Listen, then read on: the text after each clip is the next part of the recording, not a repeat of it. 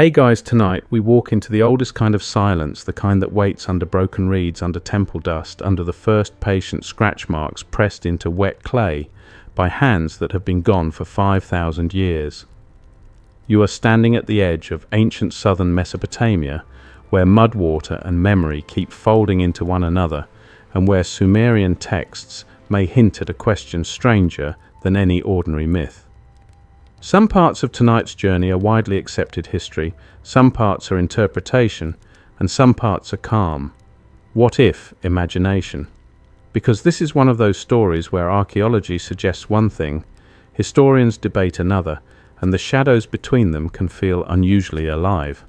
You probably won't survive this place very well, by the way, at least not without sandal shade and a strong emotional relationship with barley. So before you get comfortable, take a moment to like the video and subscribe, but only if you genuinely enjoy what I do here. And tell me where you're listening from, along with your local time, because I always like imagining this little night voyage stretching quietly across the world. Now dim the lights, maybe turn on a fan for that soft background hum, and let's ease into tonight's journey together. You begin as you often do in Sumer with mud brick. Not golden treasure, not crystal skulls, not some glowing object humming in a vault like a movie prop with union benefits. Just clay. Wet clay shaped by fingers stacked into walls dried by the same sun that bakes the marsh edge and turns your neck sticky by mid-morning. Most historians agree that early Sumerian civilization rises out of practical needs before it flowers into formal kingship and temple religion. People need canals, storage, accounting, labor boundaries, and 1,000 other annoyances that come with inventing organized life. Archaeology suggests that writing itself begins not as poetry, but as paperwork, which is a wonderfully unromantic start for one of the world's great civilizations. Humanity, as usual, may have reached transcendence through inventory, and yet the paperwork becomes memory. At first, the earliest markings are simple. Tokens, tallies, administrative impressions, little systems for saying how much grain went where and who owes whom, 3 baskets of something that was definitely supposed to arrive last week. What's broadly accepted is that these humble accounting habits slowly develop into cuneiform, the wedge-shaped writing pressed into clay with a reed stylus. But a careful reading might suggest that once writing exists, it does more than count sheep and jars. It starts gathering older stories, older names, older whispers, that may have lived in spoken form long before anyone thought to trap them in clay. That possibility matters tonight, because when later readers come across Sumerian and Akkadian stories about gods, cities' creation and the Anunnaki, the temptation is to imagine a clean beginning as if the gods arrive first and everything else appears obediently after them. But the evidence we do have points to something messier and much more human. The first cities do not spring from nowhere. They are built on earlier settlements, earlier habits, earlier sacred spots near water and fertile ground. The divine names may sound ancient to us, and they are ancient, but the land under those names may be older still. One interpretation is that some sacred traditions in Mesopotamia could preserve dim memories of places already venerable before the later god lists settled into recognizable form. That's a possibility, not a certainty. Let me rephrase that more carefully. We are not saying the text plainly announced that the Anunnaki dug up some secret civilization older than themselves and then filed a dramatic incident report. If only ancient religion came with meeting minutes that direct. We're saying something softer, stranger, and possibly more interesting. If the evidence is thin, we'll say so. Some parts are documented, some are interpretation, and some are gentle imagination. The documented part is this: Sumerian civilization develops over deep layers of settlement in southern Mesopotamia, especially in places shaped by water management, trade, agriculture, and temple institutions. The interpreted part is that when later myths speak in grand cosmic language, they may also be carrying memories of very old places and older cultural inheritances. The imagined part, the bedtime shimmer around the edges, is simply asking what it might have felt like to realize the holy ground beneath your shrine was already ancient before your own gods had fully taken literary form. You can almost picture it. A scribe sits cross-legged in filtered light stylus in hand clay tablet, cool and damp against the palm. Outside, labourers shout over baskets and brick moulds. A canal glints beyond the walls. Someone is muttering about fish. Someone else is inventing taxes. And in the middle of all that utterly earthly life, a learned man copies names of powers older than his grandfather's grandfather's grandfather, names tied to heaven, to the deep, to kingship, to the ordering of the world. But perhaps he also knows, in the ordinary way, craftsmen and priests know things, that the platform beneath the temple rests on older foundations, that below this floor is another floor, and beneath that another, and below all of them soil that remembers people who did not use the same names anymore. Historians still argue whether later Mesopotamian myths preserve genuine cultural memories from vastly earlier periods, or whether they mainly reshape older material into new theological forms. That debate matters because it keeps our feet on solid ground. We'll keep the solid ground separate from the mist. What's broadly accepted is that ancient scribes inherited and recopied older traditions. There's no full consensus on how much those traditions reflect specific prehistoric memory versus literary creativity and religious adaptation. A more cautious explanation could be that old phrases simply sound old because scribes wanted authority, not because they were preserving eyewitness fragments from impossibly remote ages. Priests, after all, understand branding long before branding gets a logo. Still, sometimes a text feels older than its own confidence. Sometimes a city seems to know it did not begin with itself. And this is where the Anunnaki enter the room, though, not with thunderbolts and soundtrack cues. Most historians agree that the Anunnaki belong to the religious world of ancient Mesopotamia and appear in different ways across time, not always with one fixed role. In some texts they are tied to the great gods, in others to judgment rank or the underworld. The later popular image of them as one neat, secretive super race is a modern simplification polished by books that enjoy a dramatic whisper a little too much. A fringe idea proposes that the Anunnaki were literal ancient visitors or custodians of lost technology. But this theory isn't widely accepted, and the archaeological evidence does not support that conclusion. If we treat it as a possibility rather than a conclusion, it remains part of modern myth-making, not mainstream history. But the older, subtler question is more useful for us tonight. What if the story is pointing at something else? What if older than the gods does not mean a robot buried in a temple basement or a cosmic machine under the marshes humming like an offended refrigerator? What if it means the gods as literary and cultic figures are layered onto places, customs, symbols and fears whose origins are no longer fully remembered by the time the texts are written down? Archaeology suggests that sacred continuity in Mesopotamia is real. Ritual sites are reused. Settlements grow upward through rebuilding. Temples rise where earlier structures stood. The mystery isn't in what we know, but in what we can't confirm. You stand at the edge of that puzzle now. Around you lie the first great cities, or rather their worn bones, Uruk, Eridu, places that would one day be famous in scholarship and television documentaries voiced by men who sound concerned about everything. In their earliest phases, they are not yet legendary. They are muddy, busy, mosquito-friendly experiments in organized living. They smell of bitumen, wet earth smoke, reed mats, and stored grain. They are full of practical people solving practical problems. And beneath them may rest older ground, older settlement traces, older habits of reverence. The later gods do not necessarily erase that older world. They may inherit it. That is the feeling we carry forward tonight. Not a revelation exactly. More like a pressure under the floorboards, a sense that the first names written in clay are not the first things that mattered here. That before the temples rose, before the hymns were formalized, before the Anunnaki took their places in written tradition, human beings were already standing in certain spots and feeling that those spots meant something. And once you suspect that the clay tablet stops looking like a beginning, it starts looking like the latest layer of a much older remembering. By the time you begin to notice how ancient Mesopotamia stacks itself upward, you also begin to understand why the oldest truth here is not carved in stone but buried in mud. Stone lasts and brags about it. Mud brick quietly collapses, melts, gets rebuilt, and then sits there pretending nothing happened. Archaeology suggests that many southern Mesopotamian cities rise in layers, one settlement built over another, one generation, levelling the cracked remains of its parents and starting again with fresh brick, fresh plaster, fresh hope, and probably the same complaints about drainage. What's broadly accepted is that tells those settlement mounds scattered across the Near East are not natural hills at all, but human accumulation. They are civilization in lasagna form. You approach one of these rising places not as a tourist with a bottle of water and questionable footwear, but as a slow observer trying to feel time under your feet.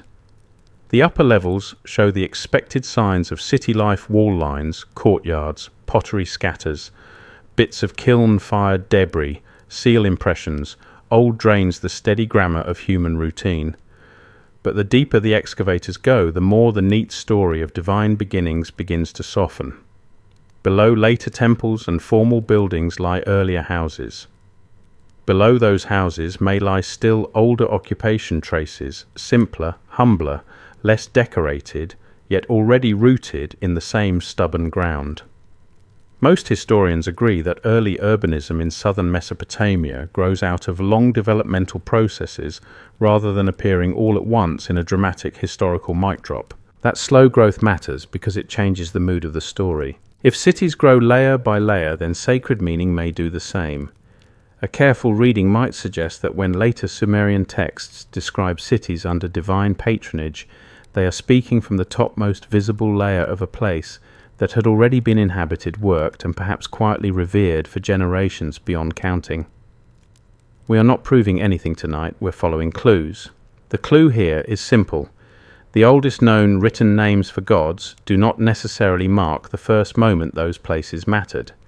The evidence we do have points to continuity of settlement, continuity of water management, and continuity of selected locations near channels, marshes, and elevated dry ground.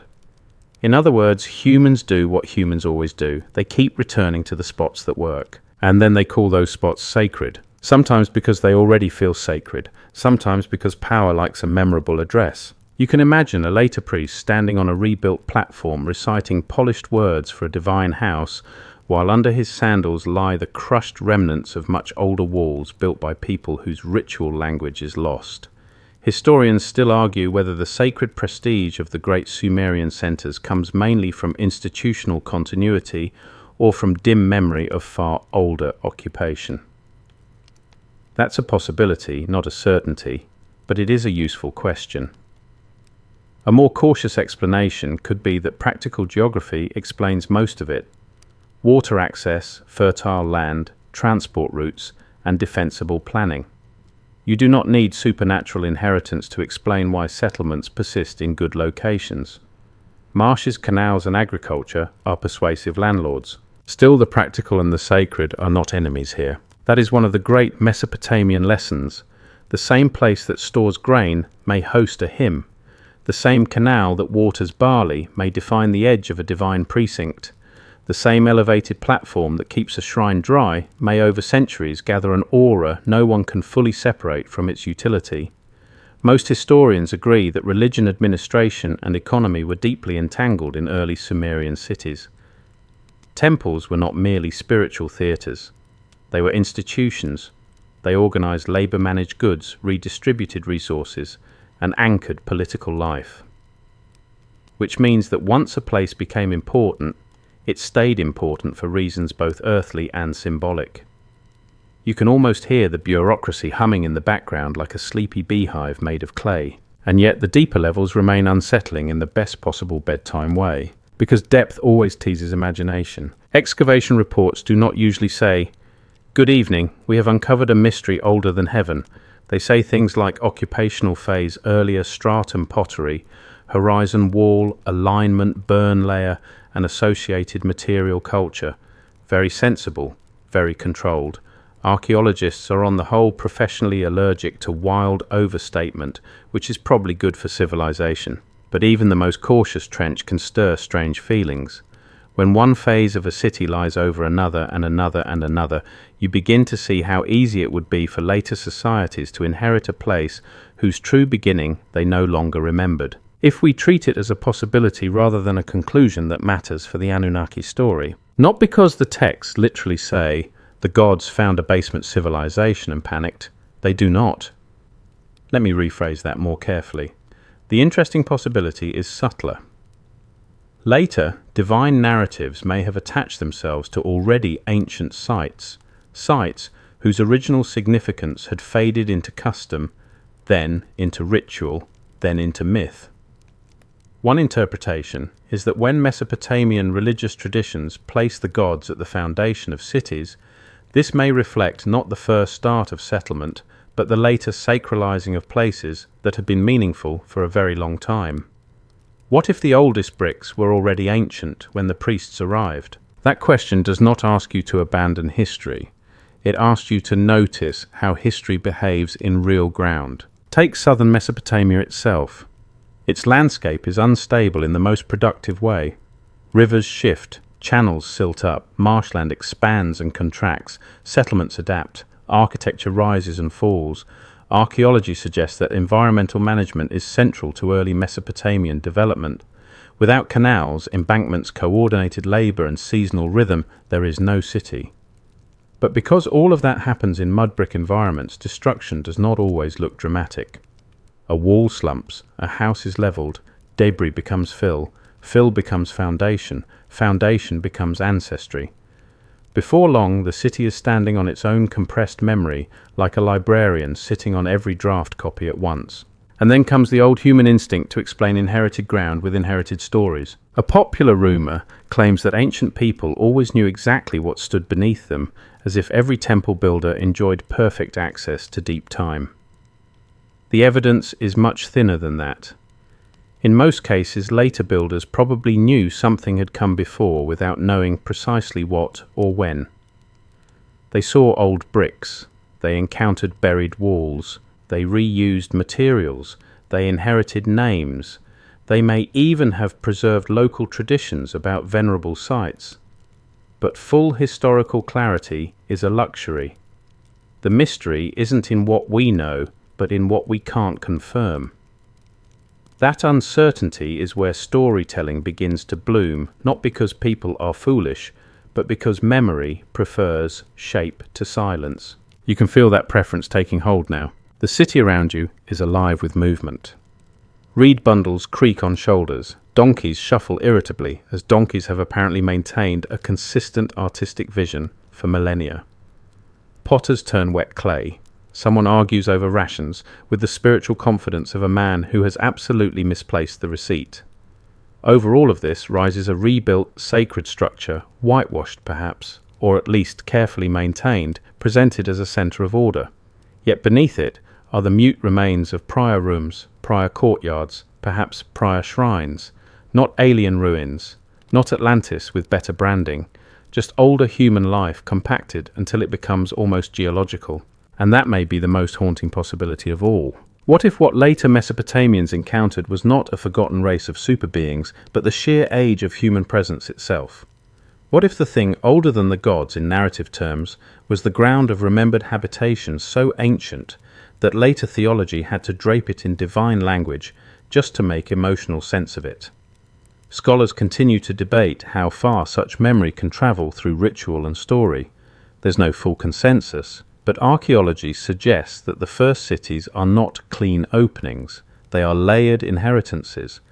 And once you see the mound as an archive instead of a hill, every sacred claim starts to sound slightly different. Not false, just later. You move on with dust on your ankles, and that thought settling in beside you. Maybe the oldest secret in Sumer is not hidden in the sky at all. Maybe it is under the floor beneath the first-named sanctuaries, waiting in the collapsed geometry of older rooms where no god had yet claimed the deed. But people were already there, building, burying, returning and leaving just enough behind for the future to mistake continuity for creation. By now the ground itself has started to behave like a character in the story, which feels only fair because in southern Mesopotamia the land is never just scenery. It feeds you floods, you traps your sandals, collapses your walls, and then politely invites you to build again on top of the ruins. Most historians agree that the major Sumerian gods become closely tied to particular cities and their temple institutions. Inanna belongs to Uruk in one way, Enki to Eridu in another, Nana to Ur, and so on, with divine authority braided into civic identity so tightly that separating religion from politics would be like separating soup from water. What's broadly accepted is that these city gods help organize the world of the first urban societies, giving cosmic shape to canals, kingship fields, and labor. But if cities themselves rise on older ground, then the gods tied to those cities may also be inheriting something older than their own formal stories. That is where the mood shifts again. You are no longer asking only what the gods rule, you are asking what they arrive to find.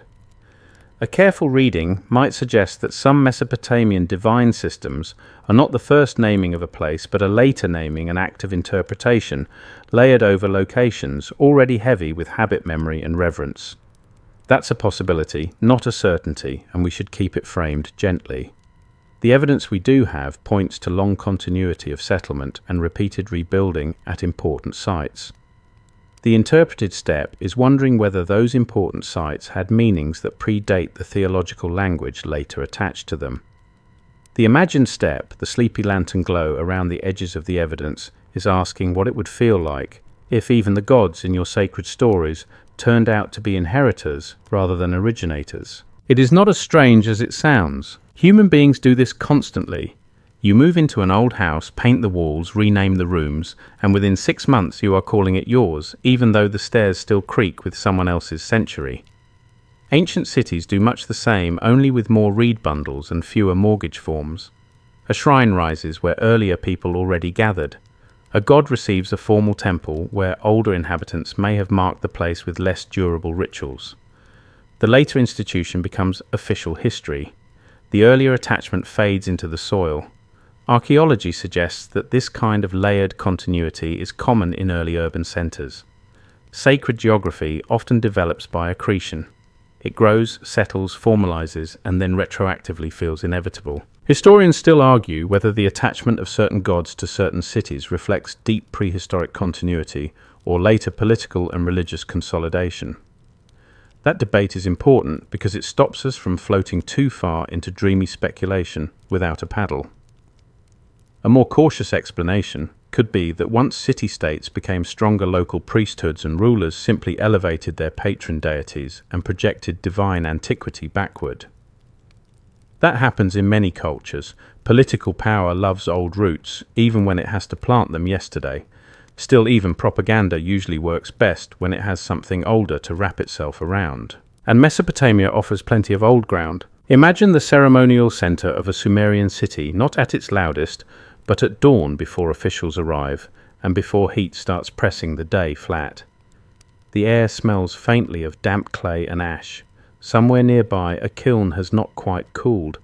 Reed mats darken with morning moisture. A temple platform catches the first weak light. To the people moving quietly through this place, the temple is already ancient, already authoritative, already the house of a god whose name has been recited through generations. But under that visible certainty may lie older walls, older courtyards, older pathways worn by feet that spoke different dialects, told different stories, or perhaps told no written stories at all. What if the story is pointing at something else? What if when later texts frame the gods as founders, organizers, and possessors of urban space, they are also masking a quieter truth about inheritance? Not deception exactly, more like compression. Myth simplifies what settlement complicates. A city has many beginnings, but a temple hymn prefers one. A mound contains centuries, but ritual wants a clean sacred center. One interpretation is that divine ownership in Mesopotamian literature may sometimes function as a way of stabilizing spaces whose full human history was already too deep, too layered, and too partly forgotten to explain plainly. If the evidence is thin, we'll say so, but as a storytelling logic, it makes profound sense. You do not tell people our holy site is meaningful because 12 generations of rebuilding and habit slowly deepened its social gravity through accumulated labor patterns and memory residues. That does not sing very well. You say, this is the seat of the god, cleaner, stronger, much better for morale. The Anunnaki in this light begin to look less like cosmic intruders and more like literary participants in a long process of inherited sacred order. Most historians agree that the Anunnaki do not appear in a single uniform role across all Mesopotamian texts. Their functions shift. Their associations change. Sometimes they appear among the great divine assembly, sometimes in relation to judgment or the underworld. This flexibility matters. It suggests that the tradition itself is developing, adapting, and absorbing older materials. A fringe idea proposes that the Anunnaki were literal discoverers of a lost pre-human civilization, but this theory isn't widely accepted, and mainstream archaeology does not support it. If we treat it as a possibility rather than a conclusion, it remains part of modern imaginative reading rather than ancient evidence. Still, there is a softer version of that idea that is far more compelling. Not that the Anunnaki were explorers in hard hats wandering through laser-lit ruins, because bedtime deserves better architecture than that. But that in the stories where divine beings establish order, assign domains, and relate to sacred places, they may be standing on conceptual ground already old by the time the myths are written. The gods inherit cities. The cities inherit sites. The sites inherit earlier human attention. Somewhere down that chain, the beginning is no longer visible, only reverberating. You feel that reverberation now in the ordinary objects around you. A threshold stone polished by generations of feet. A reused brick stamped with a ruler's name set into a wall that conceals still older brick beneath. A shallow depression where offerings once sat. A corner of packed earth that everyone avoids stepping on too casually, though no one can clearly explain why. Archaeology suggests that sacred continuity often survives through practice as much as doctrine. People remember where to stand, where to leave gifts, where to lower the voice, where to look upward. The full explanation may disappear, but the gesture remains. Human beings are astonishingly good at preserving meaning through habit long after theory goes missing. That may be the oldest thing the gods find on Earth. Not a machine, not a secret map, not a glowing relic with mysterious buttons you definitely should not press. Just accumulated human reverence older than the organized theological systems that later claim and explain it. Scholars continue to debate how much of this can be recovered from the evidence. There's no full consensus, but the possibility is worth holding gently in your mind. It allows for both solid archaeology and the strange emotional truth of ancient places. Some parts are documented, some are interpretation, and some are gentle imagination. So when later tradition places divine names over these mounded cities, you do not have to hear it as a first chapter. You can hear it as a later layer speaking with confidence over older silence. The temple is real. The god is real within the world of belief and ritual that sustains the city. But beneath both lies inherited ground, the kind that turns every clean, sacred origin into something more complex and somehow more human. The gods are not diminished by that. If anything, they become more interesting. They do not create meaning from nothing. They step into places already charged by generations of mortal hands. And that is a haunting thought to carry onward. Maybe the first great act of divinity in Sumer is not invention, but adoption. Maybe the holy begins not when heaven first speaks, but when later people look at old ground, old walls, old habits, and decide that only a god is ancient enough to explain why the place was already waiting. And so you drift southward in your mind toward Eridu, which is the sort of place that gathers importance, quietly, the way a deep pool gathers darkness even in daylight. Most historians agree that Eridu is one of the earliest major urban and ritual centers in southern Mesopotamia, often associated in later tradition with Enki, the god of freshwater wisdomcraft and subterranean depth. Archaeology suggests that the site preserves a very long sequence of occupation, with sacred architecture rebuilt again and again over earlier levels. That alone would make Eridu remarkable. But one interpretation is that its prestige in later memory may reflect not just continuity, but the uneasy awareness that this place had already been old for an impossibly long time. What if the silence beneath its floors feels older than the name spoken above them? You arrive there not as a conquering hero, thankfully, because the marshes would humble that attitude very quickly, but as a careful listener. The land around Eridu is low flat and open in that deceptive way landscapes become when water has shaped them for centuries. Reeds whisper, mud sucks at the edge of your footing. The air carries a smell of wet earth, fish bitumen, and distant smoke.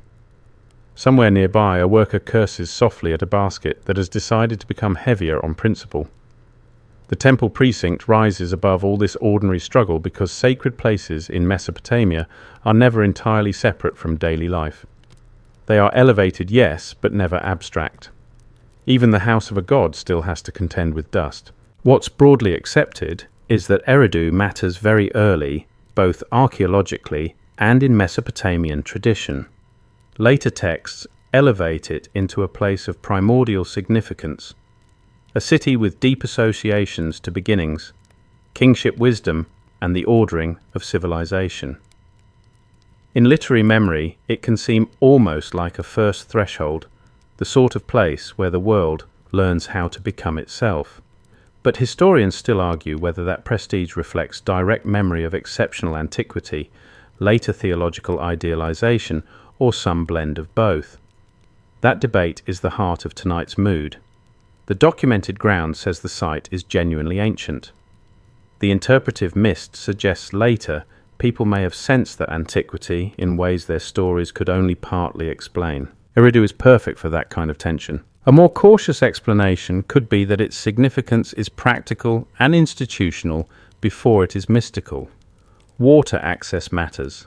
Settlement continuity matters. Temple continuity matters.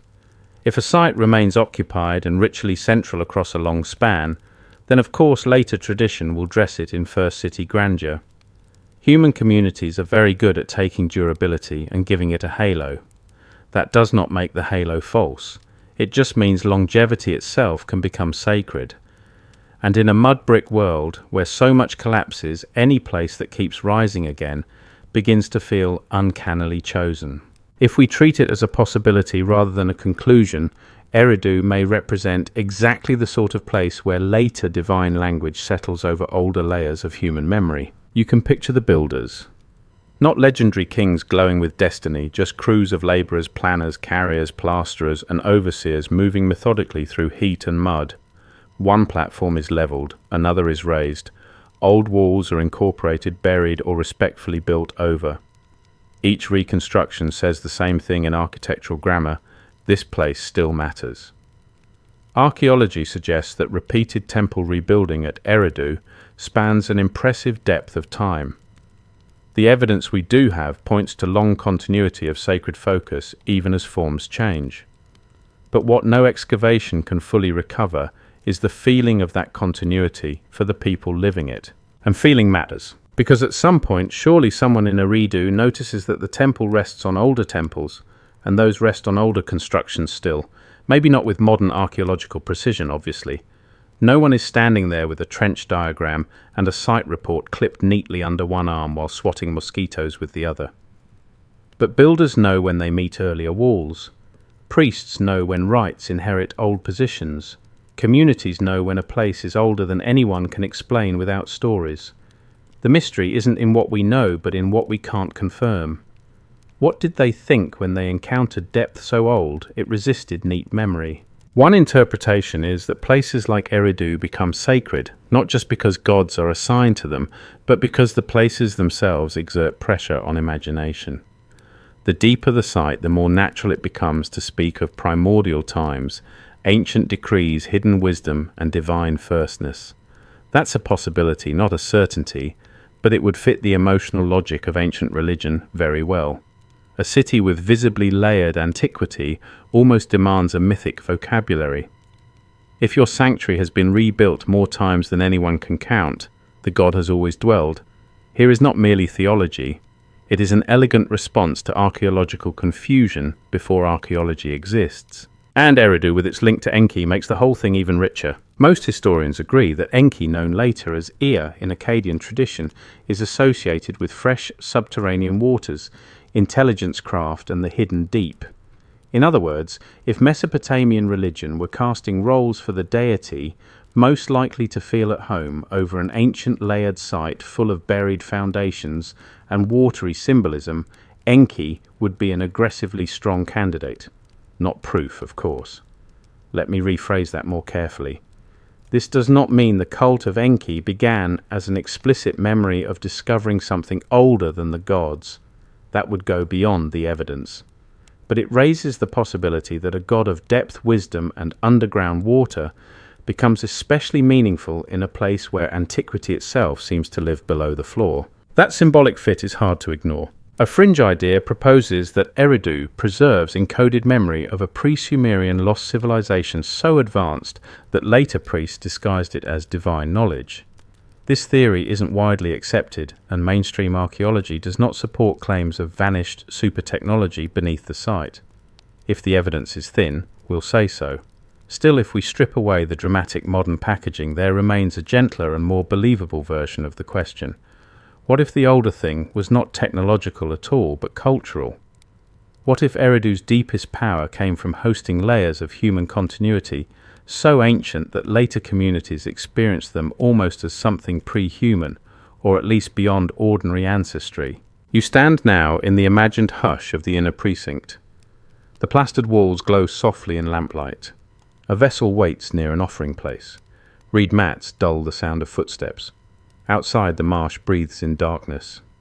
Beneath you are prior floors. Beneath those older foundations. Beneath those older occupation layers, whose makers may have left no name that survived into liturgy. And above all this, priests speak of divine order, sacred waters beginnings. Some parts are documented, some are interpretation, and some are gentle imagination.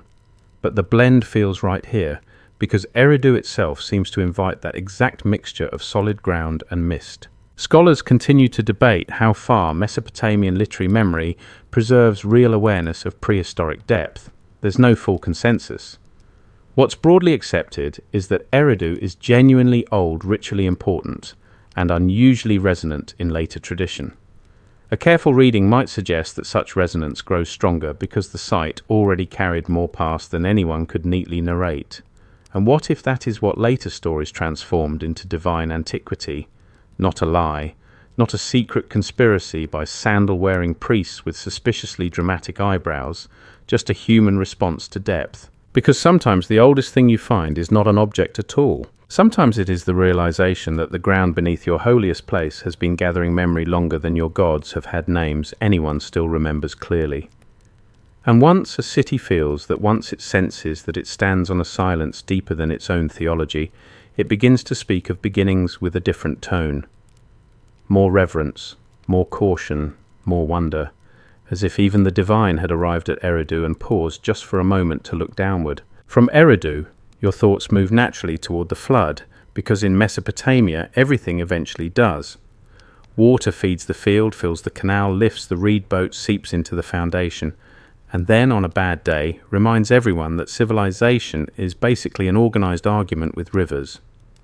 Most historians agree that ancient flood traditions in Mesopotamia are rooted, at least in part, in the real environmental experience of river overflow shifting channels and catastrophic local inundation. Archaeology suggests that some southern Mesopotamian sites preserve flood deposits or evidence of disruption, though not one single universal event that neatly matches every later story. What's broadly accepted is that people living here knew flooding intimately, not as an abstract symbol, but as a recurring force that could erase boundaries, homes, records, and confidence in a single season. That much is solid ground. But once flood memory enters literature, it becomes something else as well. It becomes a vessel for deep time. It carries kingship, divine anger, survival renewal, and that peculiarly ancient feeling that the world has been broken and restarted before.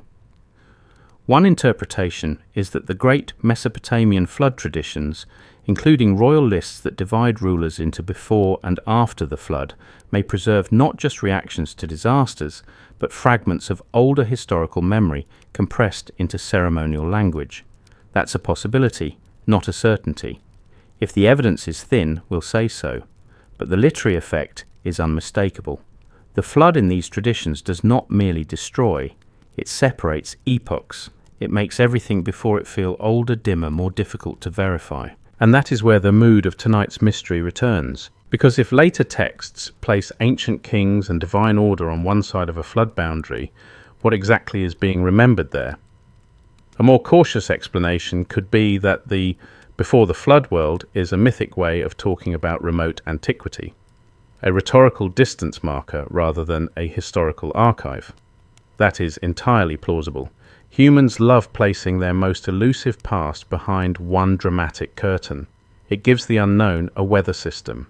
Still, historians still argue whether elements of the king lists and flood narratives preserve distorted memories of real disruptions and long chronological compression, or whether they operate mostly as ideological and literary devices.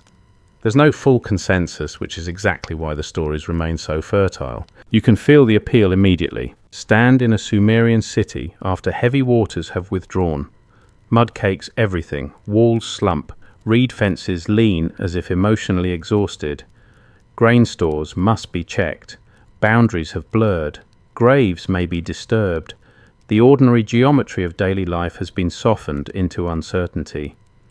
In a landscape like this, where water can literally redraw the world, it makes perfect sense that flood becomes more than weather. It becomes a hinge in the imagination. Archaeology suggests that repeated environmental upheaval shaped Mesopotamian social development deeply. The evidence we do have points to adaptation, resilience, canal management, labor coordination, and ritual responses. But over time, practical survival and grand storytelling begin to mingle. Then the king list arrives with its elegant thunder. Before the flood kingship descends from heaven. After the flood kingship descends again. What's broadly accepted is that Mesopotamian king lists are ideological texts arranging rulers and dynasties to frame legitimate order rather than offering simple modern chronicle. Their lengths can be exaggerated. Their sequence may reflect political aims. Their theological language matters.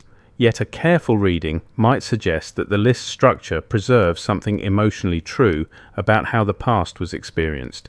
There is the remembered world, and then there is the world so old it must be set apart by catastrophe. That does not prove a specific prehistoric event behind every line, but it raises the possibility that ceremonial kingship is being projected across a memory gap too wide to cross plainly. What if the story is pointing at something else? What if before the flood sometimes functions as a container for everything? The culture senses is older than its reliable human memory. Not older than geology, not older than the earth, and certainly not a neat timestamp for fringe documentaries with too much background music. More like a narrative shelf labelled ancient beyond accounting. If later Sumerian and Akkadian traditions place divine beings, primeval cities, and remote rulers in that zone, one interpretation is that they are using flood not only as disaster, but as a divider between accessible ancestry and nearly unreachable antiquity. In that case, the thing older than the gods in narrative terms may be the inherited depth of place and memory that the flood stories help conceal and preserve at the same time. That sounds paradoxical, but ancient literature is comfortable with paradox. The flood destroys, yet it also organizes memory. It washes away details and leaves symbols. It erases ordinary sequence and creates sacred sequence. Suddenly what came before is not a long, messy accumulation of settlements, shrines, rebuildings, canal failures, and stubborn human returns. It is the before world, luminous and half lost. The later gods, the later kings, the later temple systems can then stand in relation to that remote zone with a mix of authority and caution. We're not proving anything tonight, we're following clues. And one clue is that societies often use great rupture stories to handle the discomfort of deep, uncertain pasts.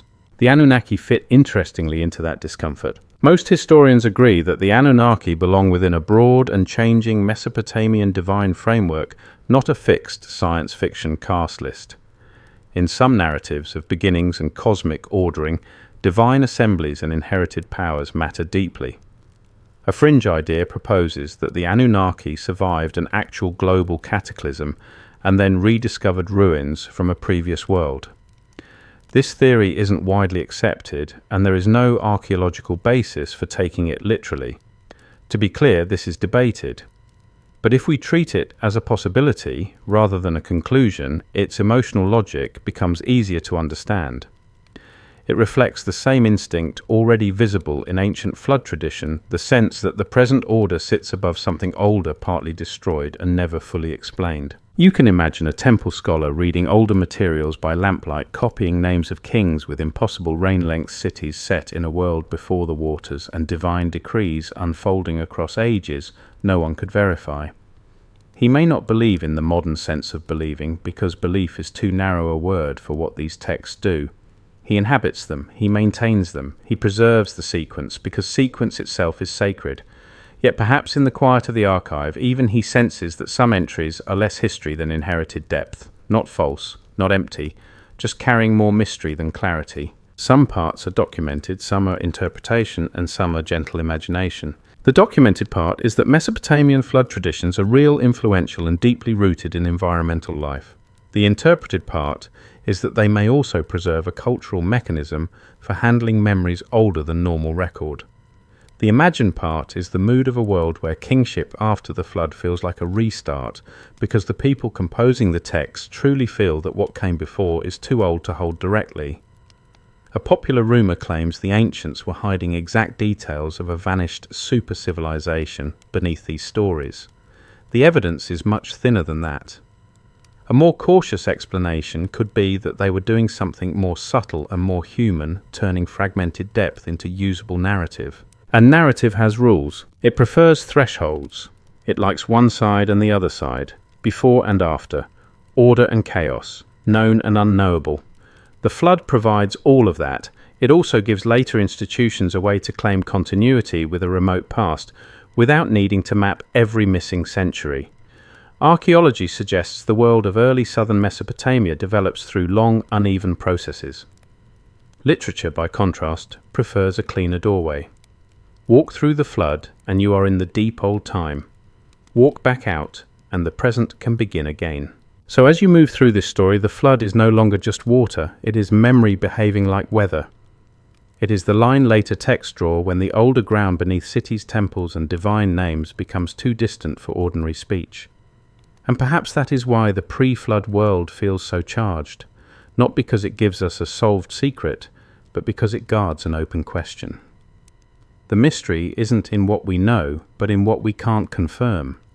Somewhere behind the flood curtain lies a past so old that even gods may seem in literary terms to arrive after it. By now, you are used to the feeling that the tablet in your hand is never quite alone. Even when it looks self-contained, even when the signs sit there with great scribal confidence, as if they have always known exactly what they mean, there is usually another layer behind them and another behind that, and behind that a silence no one fully owns. Most historians agree that Mesopotamian scribes copied, adapted, translated, and preserved older texts across centuries with astonishing care. Archaeology suggests that what survives to us often comes from later copies of earlier compositions, meaning the clay we hold may be younger than the words it carries, and the words may already have been old when they were first written down. What if the tablet in your hand is already an echo of an echo? That is not poetic exaggeration. It is one of the basic realities of studying ancient Mesopotamia. A hymn copied in one period may preserve phrases from another. A myth written in Akkadian may rework older Sumerian material. A lexical list, a ritual formula, or a temple lament can travel through generations of scribal instruction, picking up repairs, substitutions, local emphases and little fingerprints of the schools that passed it along. What's broadly accepted is that scribal culture in Mesopotamia was conservative in the best and most frustrating sense. It preserved deeply, but preservation is not the same as freezing something in perfect original condition. A careful reading might suggest that some unusually archaic phrases survive not because everyone fully understood them, but because old language itself carried prestige. And prestige has a strange relationship with memory. The older a phrase sounds, the more authority it seems to claim. This is not unique to Mesopotamia. Human beings everywhere are vulnerable to antique wording. Put something in a solemn tone, and suddenly no one wants to be the first person to ask what exactly it means. Ancient scribes were brilliant, disciplined, and deeply trained, but they were also inheritors. They learned traditions, already old copied words, already layered and transmitted texts.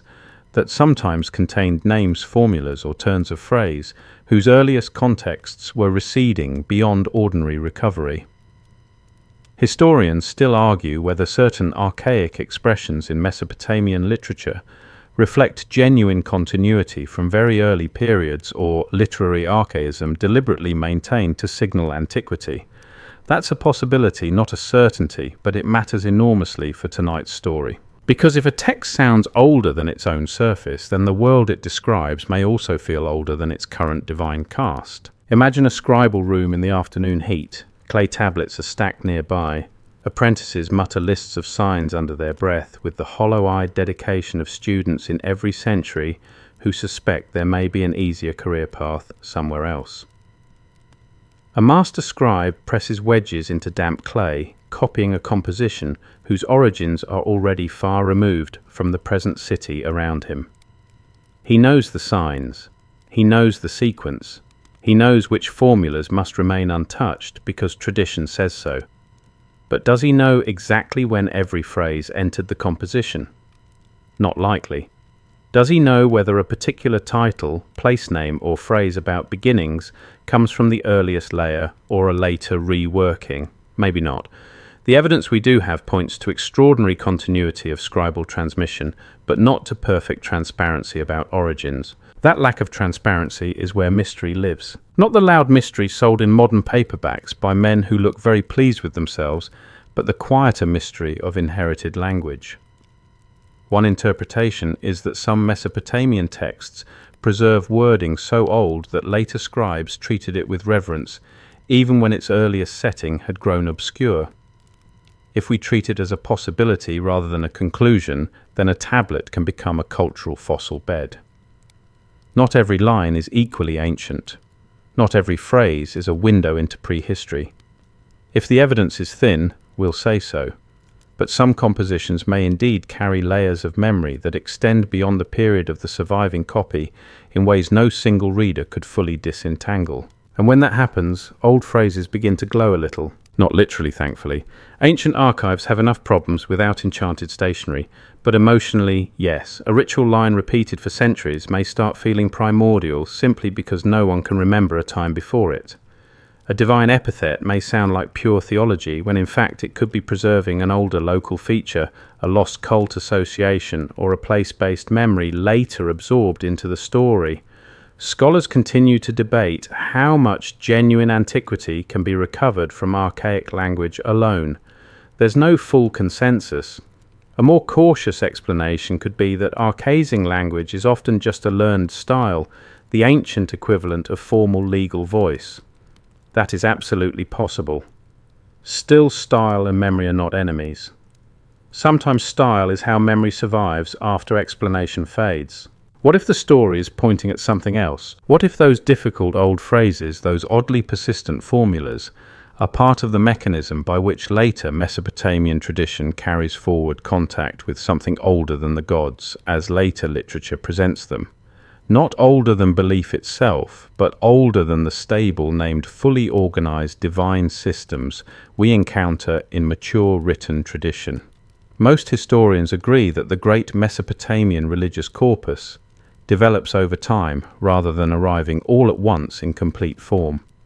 Divine roles shift, names travel, stories merge, yet some phrases keep sounding older than the systems around them, like beams from an earlier house left embedded in a later wall. That image matters, because once you start reading Mesopotamian tablets this way, you stop seeing them as single moment objects and start seeing them as layered constructions. A myth may contain an old local tradition wrapped inside a later theological frame. A lament may preserve place memory under polished literary form. A creation passage may sound cosmic, but carry echoes of earthly site inheritance, water management, kingship ideology, or ritual sequences already ancient when the text received its surviving shape. We're not proving anything tonight, we're following clues. One clue is that scribal preservation is both faithful and transformative. It keeps the old alive, but not always with all its labels intact.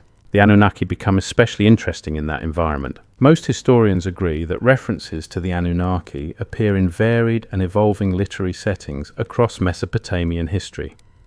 They are not one immovable concept. Their associations with divine assembly, authority, judgment, or underworld structures shift with context. A fringe idea proposes that these shifts reflect distorted memory of literal beings who encountered ruins from an earlier civilization. This theory isn't widely accepted, and mainstream scholarship does not accept that literal reading. Let me rephrase that more carefully.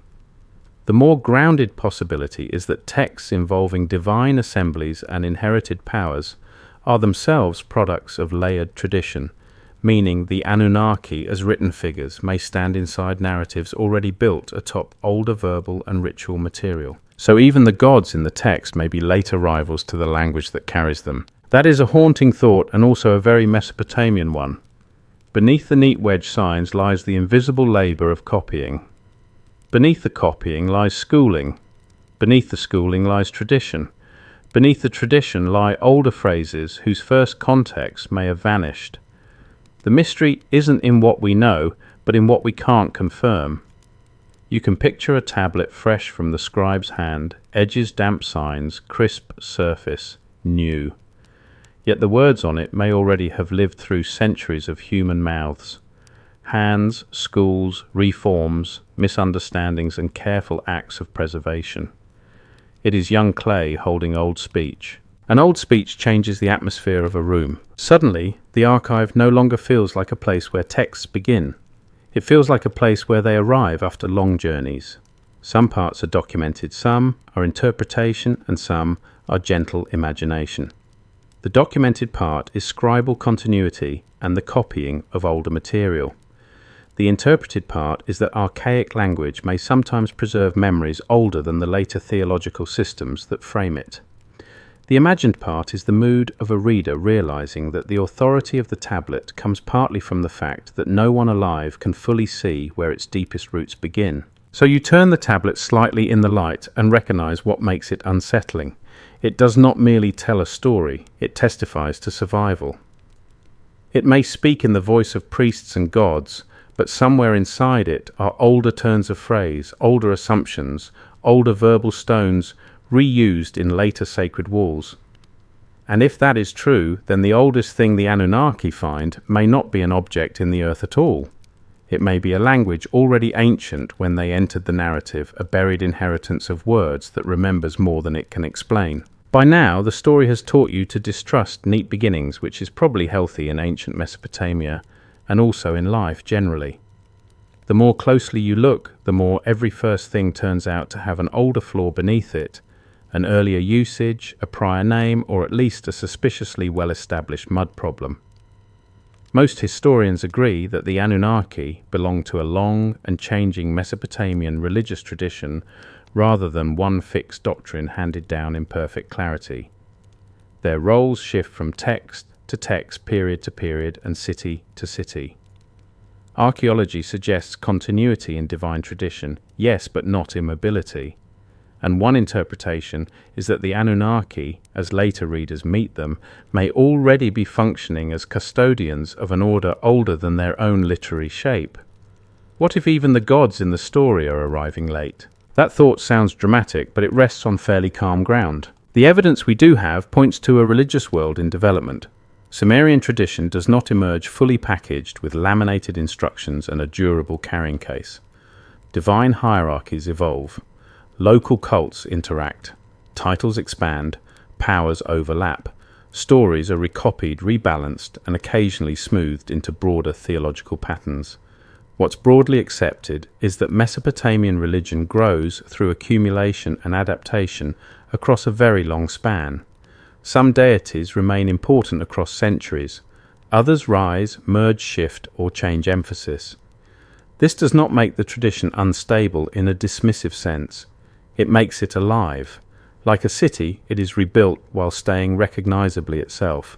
That matters for the Anunnaki because modern readers often flatten them into a single dramatic idea. Sometimes they are imagined as one hidden race, one secret council, one neat category of superior beings with unusually strong opinions about humanity and architecture. A popular rumor claims that ancient texts clearly present them as alien founders or literal discoverers of a forgotten world beneath Earth's surface. This theory isn't widely accepted, and mainstream scholarship does not support that conclusion. To be clear, this is debated mostly outside serious ancient Near Eastern study. If we treat it as a possibility rather than a conclusion, it tells us more about modern appetite for grand hidden schemes than about the tablets themselves. The older and more interesting possibility is subtler. What if the Anunnaki within the literary worlds where they appear are themselves interpretive figures? Not inventors of the oldest sacred order, but participants in preserving, managing, or legitimizing a cosmos already built from inherited materials. A careful reading might suggest that when divine assemblies appear in Mesopotamian texts, they are not always giving us the first chapter of belief. Sometimes they are giving us a later formalization, a structured heavenly mirror for patterns already deep in ritual place and kingship.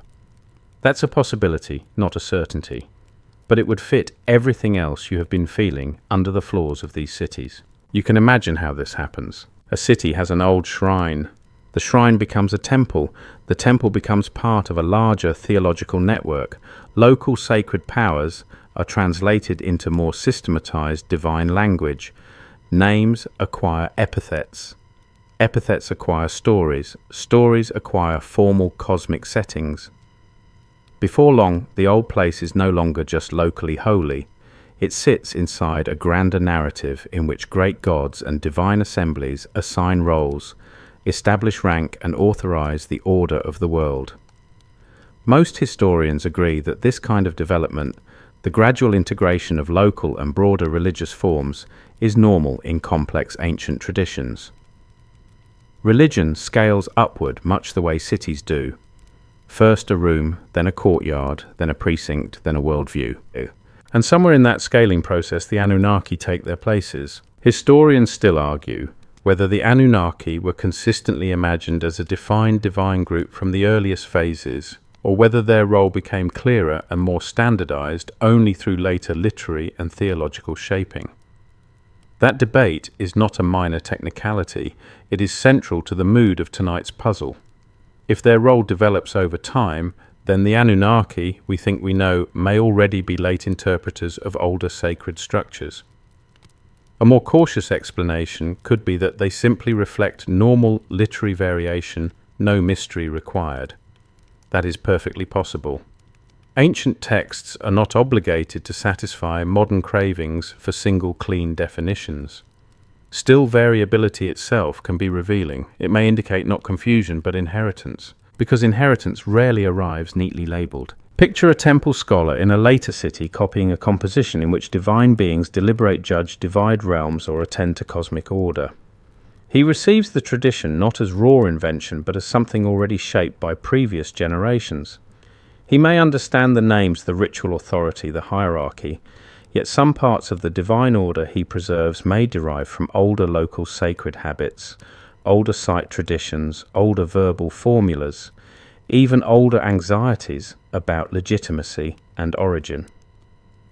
We're not proving anything tonight, we're following clues, and one clue is that divine bureaucracy, much like earthly bureaucracy, often formalizes systems that existed messily long before anyone drew an organizational chart. The Anunnaki then may be read not as the inventors of primordial meaning, but as heavenly officials stepping into a deep archive. That image is almost funny, which is why I like it.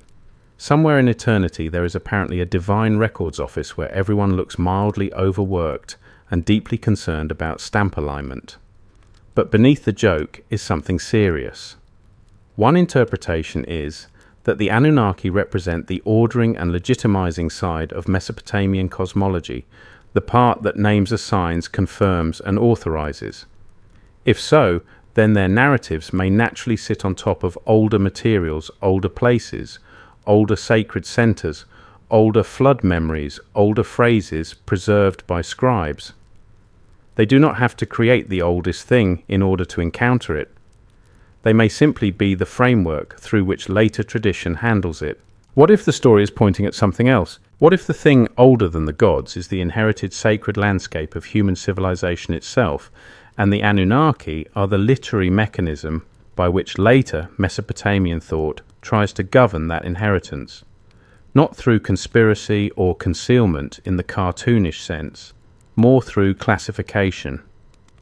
Human beings find old, powerful places unsettling.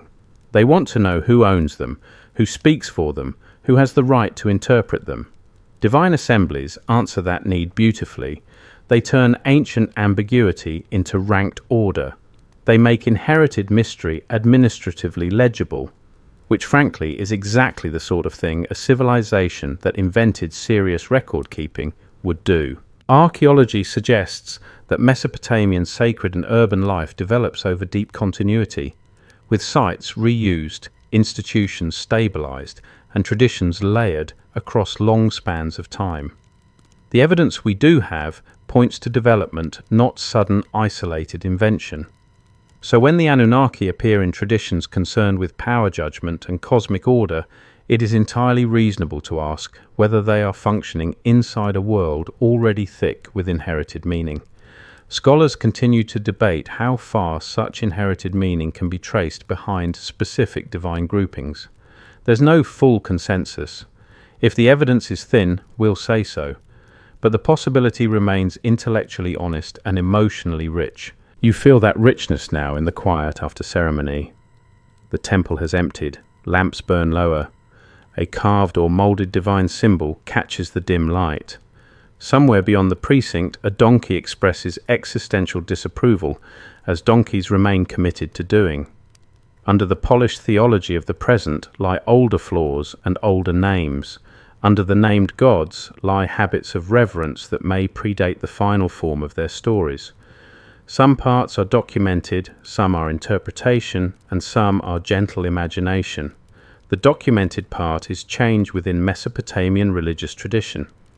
The interpreted part is that the Anunnaki may stand as later custodians of older sacred inheritances. The imagined part is the feeling that even the gods in the text pause when they enter a place more ancient than their own formal introductions.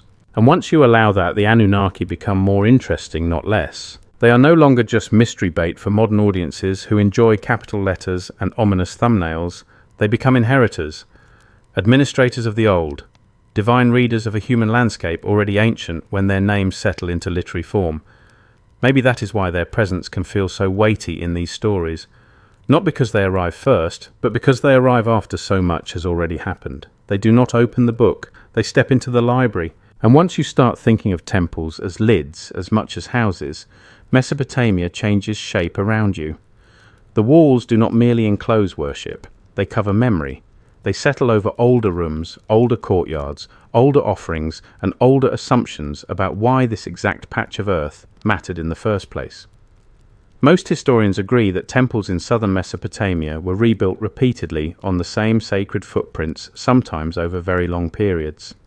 Archaeology suggests continuity of cult at a number of major sites, with one phase rising directly above another in a patient sequence of demolition, levelling, fill, and reconstruction. What's broadly accepted is that this rebuilding reflects both practical necessity and institutional continuity. But one interpretation is that every rebuilding also covered not just brick, but fading understanding. What if every new shrine was a polite lid placed over a mystery nobody could quite explain? That thought has a surprisingly ordinary beginning. Mud brick architecture is mortal. It cracks, slumps, absorbs moisture flakes, surrenders to time, and then asks the next generation to please try again, perhaps with slightly better drainage and fewer grand promises. So temple rebuilding in Mesopotamia is not inherently mysterious. A more cautious explanation could be that communities simply renewed sacred buildings because sacred buildings needed renewal. That is true, and it matters. Most historians agree that regular rebuilding is part of normal architectural life in the ancient Near East. Ritual continuity does not require hidden secrets. It requires maintenance. Civilizations like Ne's eventually begin making sounds you do not love, And yet rebuilding does something psychologically powerful. It preserves place while changing form. It keeps the location constant even as the visible building becomes newer, whiter, taller, or more ceremonially precise. The result is strange. Everyone knows the temple is old, but no one is standing in the original version anymore. They are standing in the latest expression of inherited importance.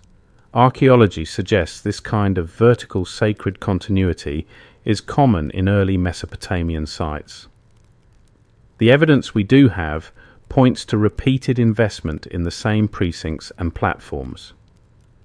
Over time, this creates not only a sacred center, but a physical compression of memory. Floors sink into subfloors. Walls become fill. Fill becomes foundation. Foundation becomes untouchable antiquity. And untouchable antiquity is exactly where interpretation begins to thrive. Imagine workers dismantling part of an older sanctuary in order to raise a new one. They strike earlier brickwork beneath the known levels.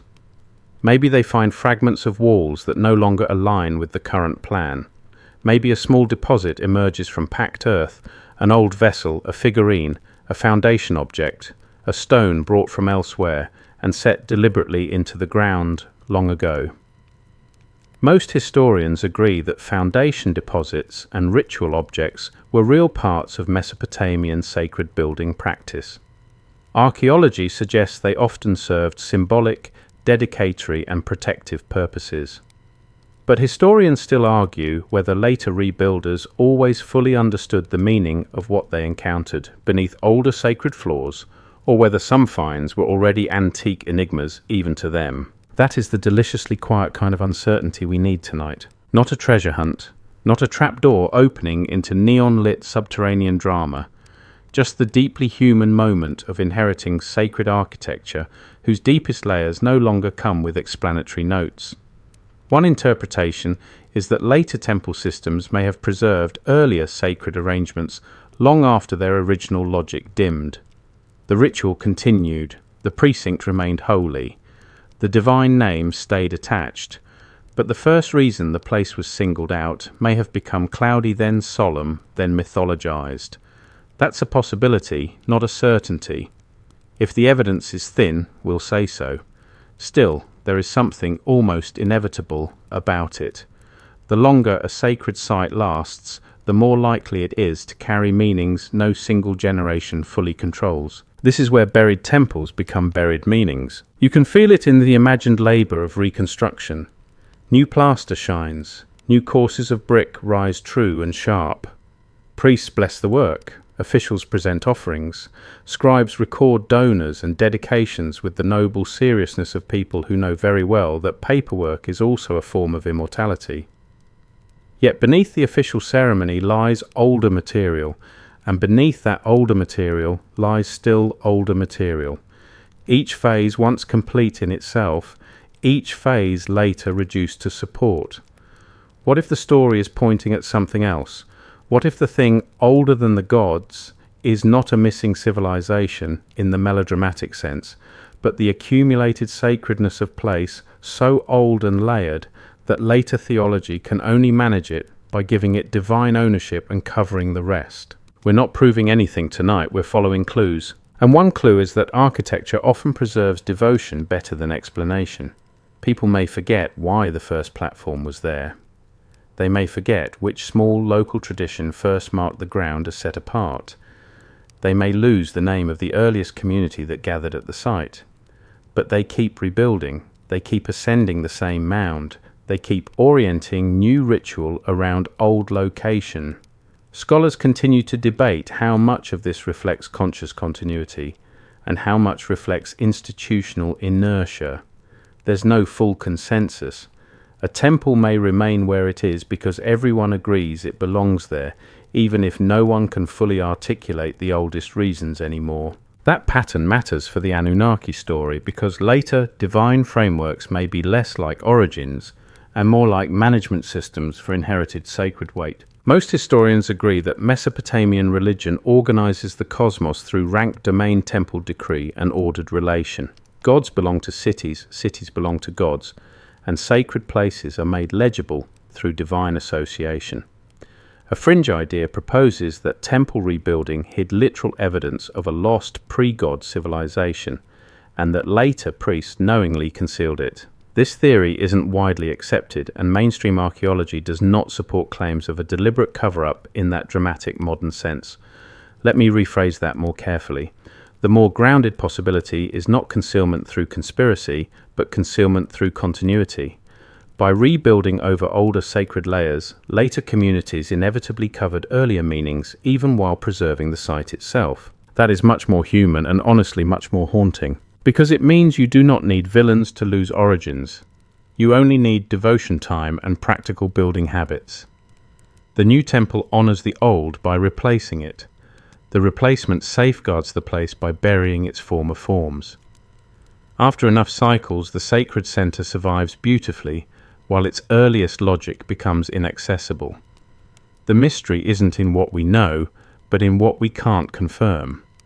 Was the oldest shrine dedicated to the same divine power by the same name? Did the first offerings at the site carry the same theology?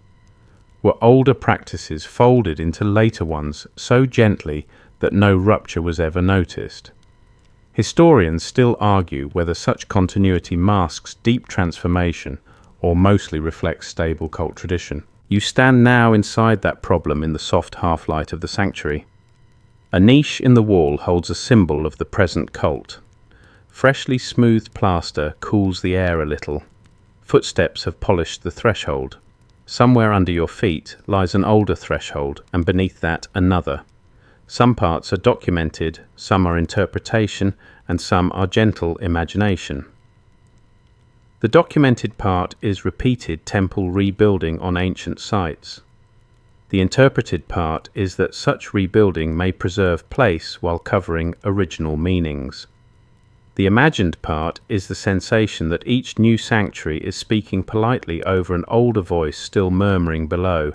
And perhaps that is why sacred places can feel older than the gods officially assigned to them. Not because the gods are unreal within their own world, but because the place has become a deeper vessel than any single story can fill. A careful reading might suggest that later Mesopotamian temple systems inherit formalize and gently obscure older strata of reverence. The Anunnaki, if they appear in such a world as agents of divine order, would not be discovering a clean, untouched mystery. They would be stepping into a layered archive already half buried by love, labor, and repetition. Every new shrine would preserve the puzzle by covering it. Every act of renewal would also be an act of forgetting. So you leave the sanctuary with one more thought pressing softly at the back of the mind. Maybe the oldest thing on earth was never found once in some dramatic moment. Maybe it was encountered again and again, each time a temple floor sank low enough, each time a rebuilding touched earlier brick, each time a priest looked down into old fill and understood only this: the holy house stands where it stands because something beneath it has been calling people here for longer than anyone can now explain. The longer you spend in Mesopotamia, the more you realize that memory is not always lost in one dramatic collapse. Often it is preserved so carefully that its original meaning hardens into ritual, and nobody notices the change until much later. Most historians agree that ancient Mesopotamian scribes were among the most disciplined preservers of tradition in the ancient world. They copied lexical lists, hymns, myths, royal inscriptions, incantations, omen texts, and administrative documents with extraordinary patience, which is a flattering way to say they spent vast portions of their lives making sure other people's words survived. Archaeology suggests that this scribal habit created immense continuity across centuries. But one interpretation is that preservation itself may also have frozen old misunderstandings into sacred truth. What if the most enduring myths survive precisely because nobody could verify them anymore?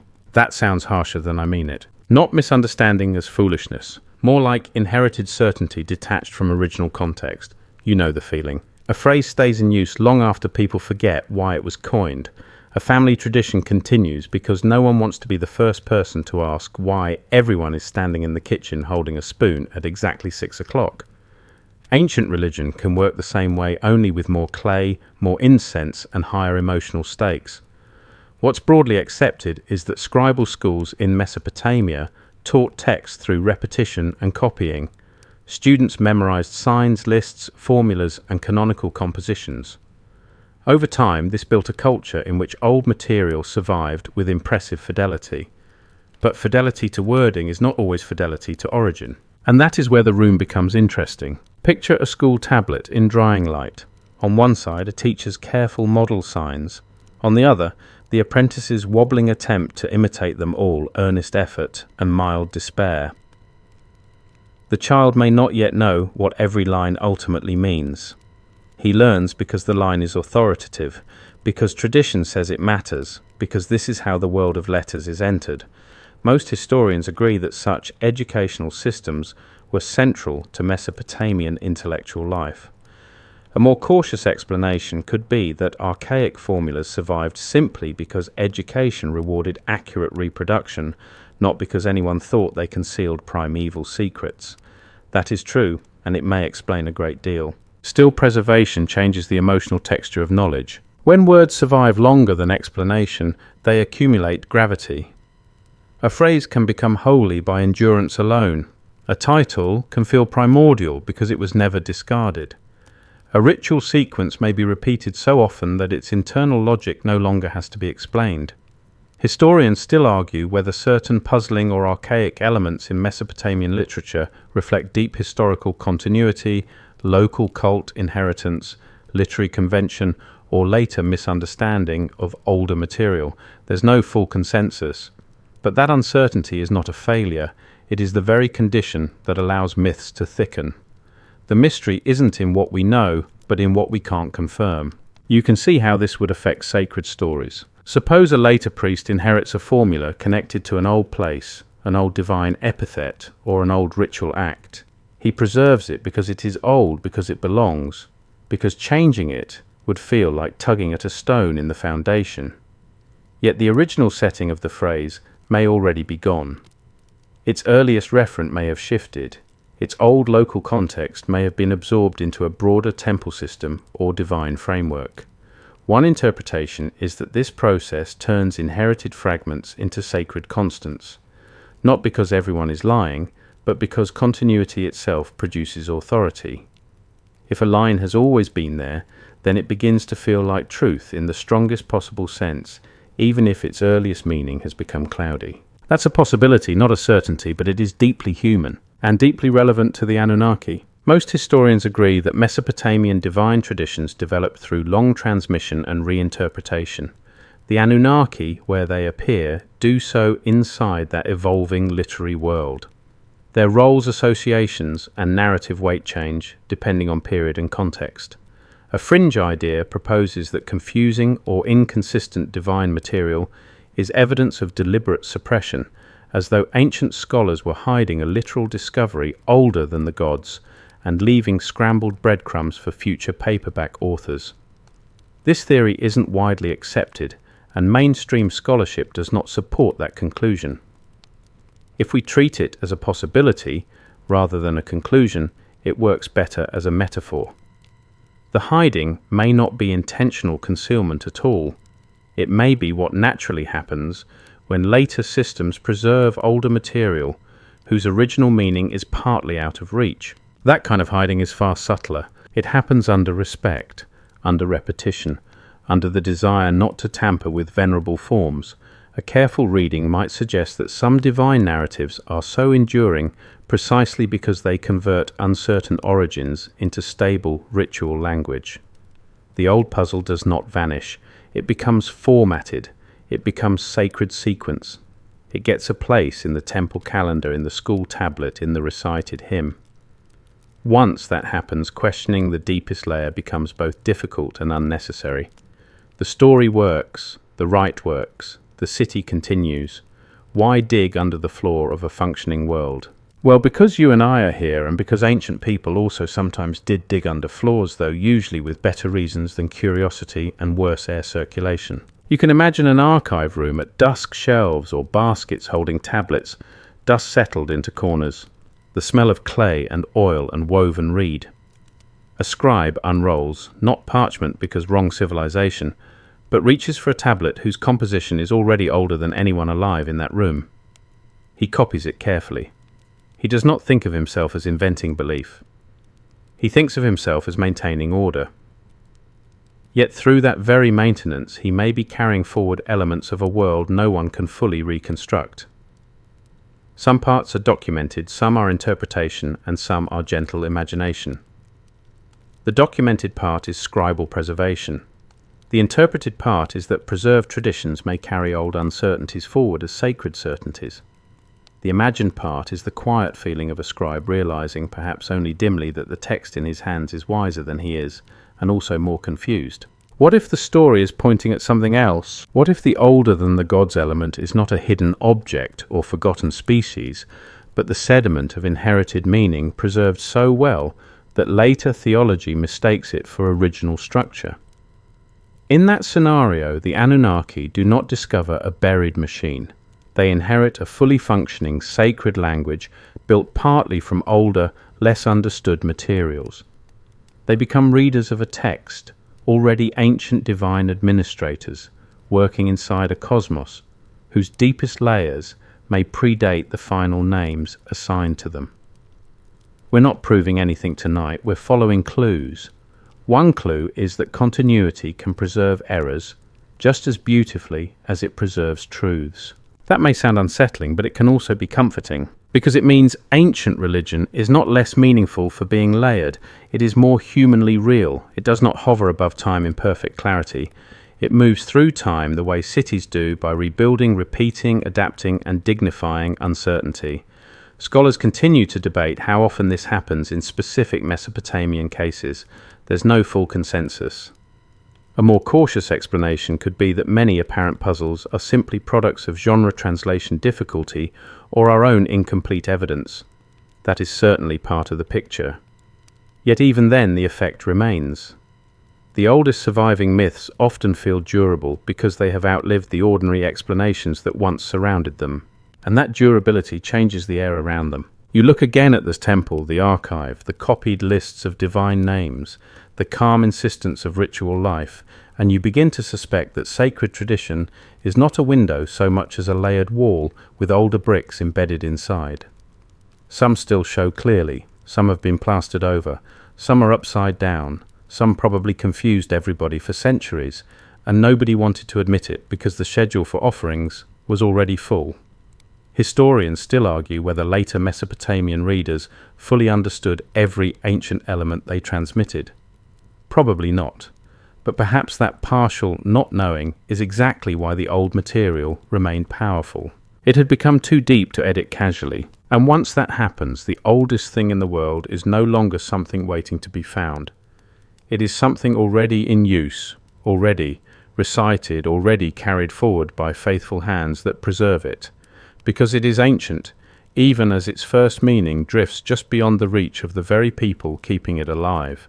By this point, the usual idea of creation has started to feel a little too tidy for the landscape beneath your feet.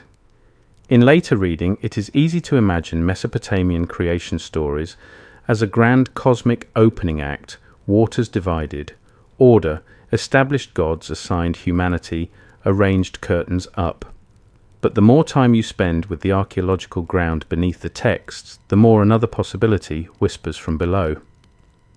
Most historians agree that Mesopotamian creation traditions describe order emerging from watery chaos and the structured placement of divine powers, cities, and human roles. Archaeology suggests that the people who shaped these stories lived in a world where land itself had to be made usable through management, embankment, canal work, and endless maintenance. One interpretation is that some passages may point less to literal beginnings than to already ancient places being organized and renamed. What if creation here feels like renovation after forgetting? That idea sounds radical only until you remember where you are. Southern Mesopotamia is not a landscape that politely offers finished ground. It must be worked, channeled, stabilized, counted, and argued with. Water is everywhere and nowhere in the right amount. Fields must be fed. Boundaries must be made visible. The earth itself is part mud, part engineering project, part social contract. What's broadly accepted is that the early cities of this region depended on collective labor to maintain order against a naturally shifting environment. That fact alone gives Mesopotamian cosmology a very particular mood. Creation is not simply magic. It is arrangement, it is assignment, it is making the world habitable through structure. And that may matter more than it first appears. A careful reading might suggest that when Mesopotamian traditions speak of beginnings, they are often speaking in the language of establishment rather than absolute firstness. A temple is founded, a city receives its divine order, kingship descends, roles are distributed, waters are contained or channeled, humanity is put to work, which is perhaps the least surprising thing any civilization has ever imagined the cosmos doing. A more cautious explanation could be that this is just the normal political and ritual imagination of early states. That is true. Most historians agree that creation stories often mirror social realities. Still, the mirror can reveal more than one layer. If the world is imagined as something organized rather than conjured from nothing, then the possibility opens that beginning in these texts may sometimes mean ordering inherited material.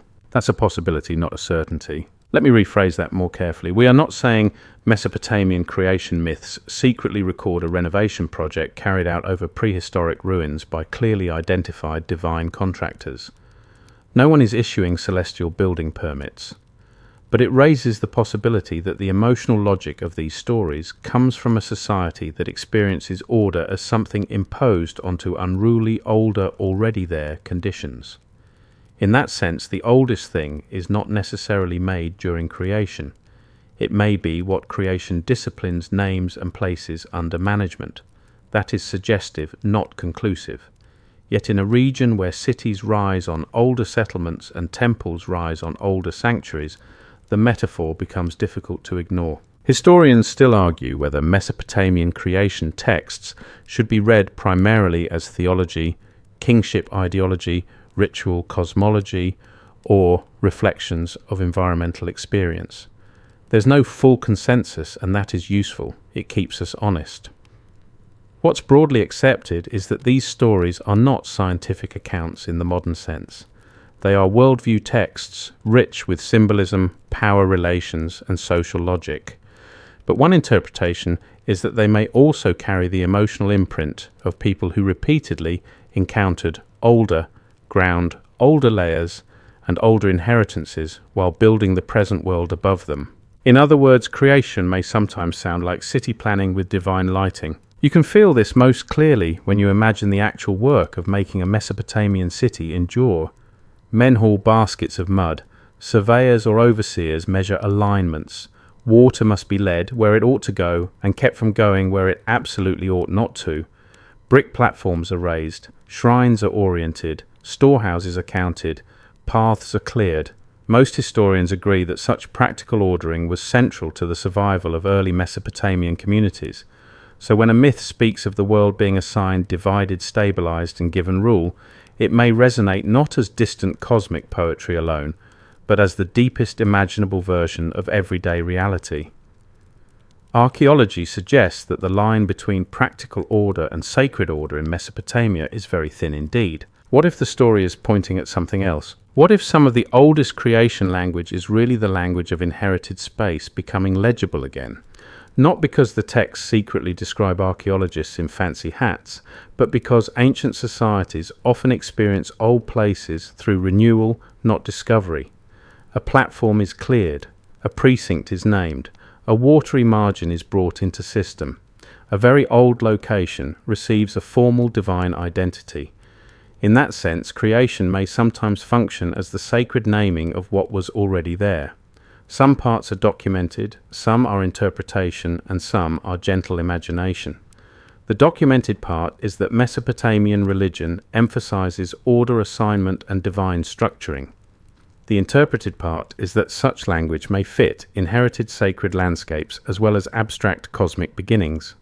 The imagined part is the mood of builders realizing they are not making the first world on that ground, only the first one they can still explain. The Anunnaki sit interestingly in this atmosphere. Most historians agree that Mesopotamian divine traditions often present cosmic order as distributed among ranked powers. The Anunnaki in various texts are part of that larger world of divine authority and arrangement. A fringe idea proposes that creation stories encode the literal rediscovery of a pre-divine civilization, and that the gods merely repurposed its remains. This theory isn't widely accepted, and mainstream scholarship does not accept such a literal reading. If the evidence is thin, we'll say so. Still, if we strip away the modern taste for sensational conclusions, a gentler and more grounded possibility remains. The divine order associated with the Anunnaki may be a later framework placed over sacred geographies, inherited places, and older cultural layers whose first meaning had already faded. That makes creation feel less like invention and more like official recognition. And official recognition is a very Mesopotamian form of power.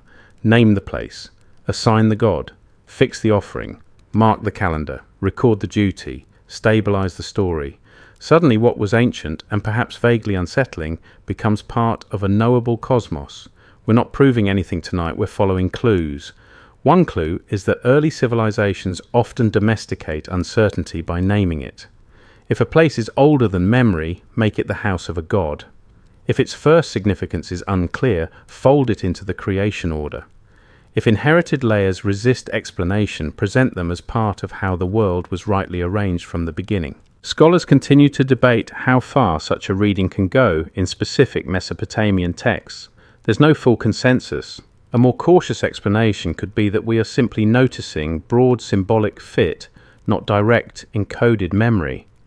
That may be true, but symbolic fit matters. Myths do not survive for millennia by accident.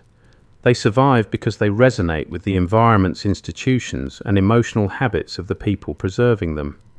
In a world built by repetitive ordering of difficult land, a creation story about imposing structure on watery or chaotic reality is not abstract. It is life itself enlarged until it becomes sacred. You stand now on a platform at dusk. Below lie older fills, older bricks, perhaps older sacred traces no one has named in centuries. Around you a city hums with the ordered fatigue of survival. An official checks something. A lamp is trimmed.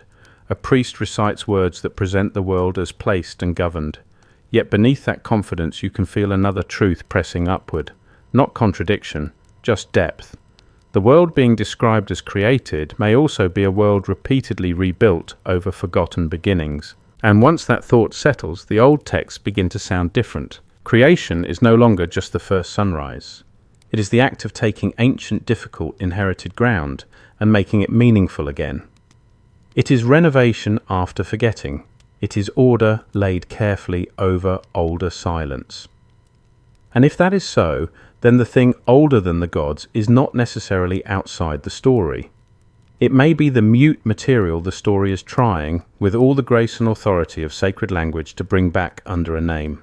And once you start listening for older silence beneath sacred order, even small objects begin to feel heavier than they look. A stone placed under a wall, a bead buried in a corner, a figurine tucked into fill, a vessel sealed beneath a floor. None of these need to be magical to become deeply unsettling in the most pleasant bedtime way. Most historians agree that ancient Mesopotamian builders used foundation deposits, dedicatory objects, and ritual placements in temples and important structures. Archaeology suggests that unusual materials, especially stone, in a land with limited local stone, carried symbolic weight because they had to be brought from elsewhere, chosen deliberately and set into place with intention. But one interpretation is that a few objects may have been treated not simply as offerings, but as heirlooms from a world already older than the known gods. What if the priestly hand touches them with the same caution you use for something you cannot identify? That idea needs careful handling. A more cautious explanation could be that special objects in sacred contexts are exactly what they appear to be: ritual deposits, prestige materials, imported valuables, protective offerings, or tokens of dedication. That is the mainstream starting point, and it deserves to be. Most historians agree that foundation deposits in Mesopotamia were part of the practical and symbolic act of establishing buildings under divine favor. What's broadly accepted is that people placed objects in the ground to mark, protect, consecrate, and legitimize structures. Archaeology suggests these deposits can include figurines, tablets, pegs, vessels, beads, metals, and stones. No mystery is required, but mystery sometimes enters anyway, not because the evidence demands it, but because old objects can outlive their explanations, and that is where the air in the room changes. Imagine a later rebuilding of a temple. Workers clear older layers. A priest or overseer sees an object emerge from packed earth beneath a former floor. It may be broken, it may be intact, it may bear a style or material no longer common in the current phase of the city. Does he know exactly what it is? Maybe, maybe not. Does he know it was placed deliberately by earlier hands? Probably. Does he know whether it belongs to a known cult cycle, an earlier dedication, or an inherited practice whose meaning has already grown thin? That is harder to say. Historians still argue whether later Mesopotamian rebuilders consistently understood the full significance of older ritual materials encountered during renovation, or whether some items had already become antique puzzles within sacred tradition. That's a possibility, not a certainty, but it is easy to feel. Because anyone who has held a very old object knows the sensation. You can identify the material and still not understand the life around it. You can describe the shape and still feel the missing context pressing on you like a second weight.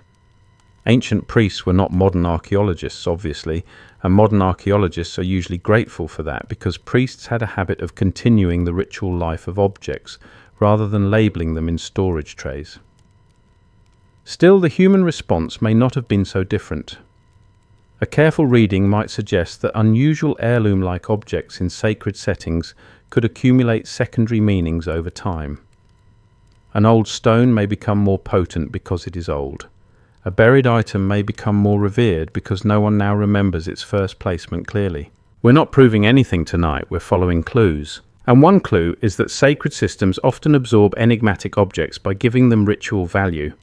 If a strange old item emerges from beneath the temple, the simplest response is not panic, nor is it a dramatic announcement that history must be rewritten before lunch. The simplest response is reverence. Fold it into the sacred world, preserve it, rebury it, reinterpret it, give it a place. Most historians agree that ancient religions were highly skilled at integrating material symbols into living ritual. So if something truly old resurfaced in a sacred context, it would not need to be understood scientifically to become theologically important.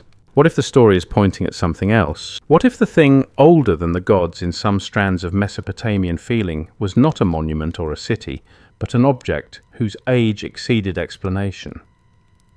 Not older than the earth, obviously. Let me rephrase that more carefully. Older than the current theological story surrounding it. Older than the named deity who now claimed the site. Older than the temple phase where it was encountered. Some parts are documented, some are interpretation, and some are gentle imagination. The documented part is that sacred deposits and heirloom materials existed. The interpreted part is that later communities may sometimes have encountered old ritual objects whose original setting had become obscure. The imagined part is the hush around the moment of contact, that peculiar stillness when a hand lifts something from the soil and knows only that it has survived. The Anunnaki become very suggestive in that atmosphere. Most historians agree that Mesopotamian divine traditions often associate authority with assignment, judgment, sanctuary, and inherited order. If divine beings like the Anunnaki function within those systems, then objects that predate the current arrangement would be exactly the kind of thing later sacred thought might classify, preserve, or attach to divine antiquity. A fringe idea proposes that anomalous artifacts in Mesopotamia were literal technological relics from a pre-God age. This theory isn't widely accepted, and mainstream archaeology does not support claims of advanced lost machines hidden beneath temple layers. If the evidence is thin, we'll say so. But if we strip away the modern melodrama, the softer possibility remains. Old objects may have helped generate the feeling that sacred history extended deeper than named theology could fully explain. Picture a darkened inner room where certain items are kept near offerings or used only on special occasions. One object is older than the current regime of interpretation, perhaps by centuries. It may already have been old when first reused. Its material is unusual. Its style does not quite match the latest artistic taste. No one wants to discard it because it radiates inherited seriousness. The evidence we do have points to long ritual continuity and respect for prestigious materials. A more cautious explanation could be that such objects were preserved simply because they were valuable, beautiful, or ritually sanctioned. That is entirely likely. Yet value and mystery often travel together. Something can be precious because it is old, and old because it has escaped the net of full explanation. Scholars continue to debate how much symbolic weight age itself carried in Mesopotamian sacred material culture. There's no full consensus. But archaeology suggests that imported stones, older deposits, curated materials, and reused objects often mattered beyond mere utility. In a world where clay dominated daily life, a hard polished stone or strange ancient piece would stand out. It would resist decay. It would look like permanence in a civilization built largely of things that softened, cracked, and had to be renewed.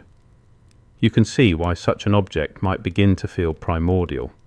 Not because it truly came from before the gods, but because in comparison to your own fragile walls and fresh plaster, it seems to belong to another order of time. And time is the real strangeness here. You hold the imagined object now in your mind, maybe a polished stone, maybe a carved fragment, maybe a deposit recovered from beneath an older floor. Around it stands the full machinery of present religion, names, offerings, hymns, rolls, records. Yet the object feels stubbornly earlier than all of that. The mystery isn't in what we know, but in what we can't confirm. Was it first placed by ancestors of the same cult? Did it belong to an older sacred system, later absorbed and renamed? Was it simply preserved because nobody dared throw away something so evidently ancient? Historians still argue whether reused or curated ritual items tell us more about continuity, prestige, or transformed meaning. Probably all three in different measures. So as you move onward, keep one quiet thought in your pocket, like a small stone warmed by the hand. Perhaps the oldest thing the Anunnaki find is not a city under the city or a machine under the marsh. Perhaps it is the unsettling authority of objects that endure longer than the stories meant to explain them. Sacred systems inherit such things because they must. They cannot leave them unnamed. And yet naming them does not fully dissolve their age. It only places a divine frame around a mystery that remains smooth and heavy at the center. By now you have probably noticed that names in Mesopotamia do not always behave like labels. They behave more like layers of paint on an old wall, each one preserving something, hiding something, and borrowing authority from whatever came before. Most historians agree that divine names, titles, and epithets in Mesopotamian religion shifted across time, place, and language. Sumerian and Akkadian traditions overlap local cults, influence broader systems, and a single divine power may gather multiple names or attributes depending on region and period. Archaeology suggests continuity, yes, but not fixed simplicity, and one interpretation is that some names were attached to places or powers whose original meanings had already slipped away. What if language itself is the oldest ruin in the room? That thought feels especially right in a civilization built on writing. You would think writing would make everything clearer. Instead, it often preserves uncertainty with world-class professionalism. A name gets copied because it is old. An epithet survives because it belongs in the line. A title remains attached to a city temple or divine figure, even when its earliest emotional logic has faded. What's broadly accepted is that Mesopotamian religious language developed over very long stretches of time, absorbing local traditions, translating concepts, and sometimes preserving older terms whose first context became difficult to recover. That is not a flaw. It is how long-lived sacred systems usually work. The language becomes a museum nobody fully reorganizes. And that makes every name sound deeper than it first appears. Take the ordinary act of naming a deity to a city. On the surface it looks straightforward. This god belongs here. This temple belongs to that god. This title belongs in that hymn. But a careful reading might suggest that names are often doing more than identification. They stabilize inherited relationships between place ritual and authority. A more cautious explanation could be that the evolution of divine names reflects normal linguistic drift, political change and theological adaptation. That is true and probably explains a great deal. Still, linguistic drift is not random chaos. It leaves traces. Sometimes an older meaning lingers under the newer use like a foundation stone under polished paving. Historians still argue whether certain divine names and epithets preserve deep prehistoric local associations or whether their apparent antiquity is mostly the result of later literary layering and sacred conservatism. There's no full consensus. That is exactly why names matter so much tonight. If later theology inherits terms older than it fully understands, then language itself becomes one of the places where the older than the gods feeling survives. Not because the words are magical passwords, but because they may outlive the world that first gave them emotional weight. That's a possibility, not a certainty. Let me rephrase that more carefully. We are not saying every obscure divine title hides a prehistoric secret waiting for a YouTube thumbnail with suspiciously glowing letters. If the evidence is thin, we'll say so. Many difficult names are difficult simply because time is difficult, because texts are broken, because languages change, and because scholars are still doing the honest work of reconstruction. But one interpretation is that some names persist because they are attached to sacred places and ritual frameworks older than their later explanatory stories. In that case, the word survives, while the first experience behind the word becomes missed. You can feel that in any ancient temple liturgy. A priest recites a title that has been spoken for centuries. The assembled listeners know the title belongs. The scribe copying the tablet knows it must remain exactly there. The sound itself carries authority. Yet how many people in that room could trace the full history of the word? Probably none. Most historians agree that ritual language often preserves archaism deliberately. That is part of its power. But ritual archaism can also preserve opacity. Some phrases remain because no one wishes to disturb them, not because everyone agrees on their original sense. What if the story is pointing at something else? What if the oldest thing in the sanctuary is not under the floor, but on the tablet itself in a word repeated so long that it has become older than explanation? That is a deeply Mesopotamian sort of mystery, because Mesopotamia is full of written survivals that arrive after long journeys.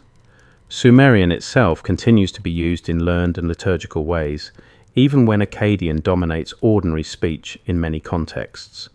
Names move across languages, titles are translated, preserved, reinterpreted, or attached to newer theological arrangements. Archaeology suggests the texts survive in layers, and the evidence we do have points to a scholarly culture fully capable of preserving old forms after their everyday origin environment had changed. We're not proving anything tonight, we're following clues. One clue is that names often survive not because they are fully transparent, but because they are too venerable to abandon. That is where the Anunnaki become especially interesting again. Most historians agree that the term Anunnaki belongs within a broad Mesopotamian divine vocabulary that changes over time. The word's associations are not perfectly static. In different contexts, it may evoke high divine rank assemblies, judgment, underworld dimensions, or inherited authority. A fringe idea proposes that the name itself encodes literal beings from a pre-human age, and that its shifting meaning is evidence of deliberate concealment. This theory isn't widely accepted, and mainstream scholarship does not support that conclusion.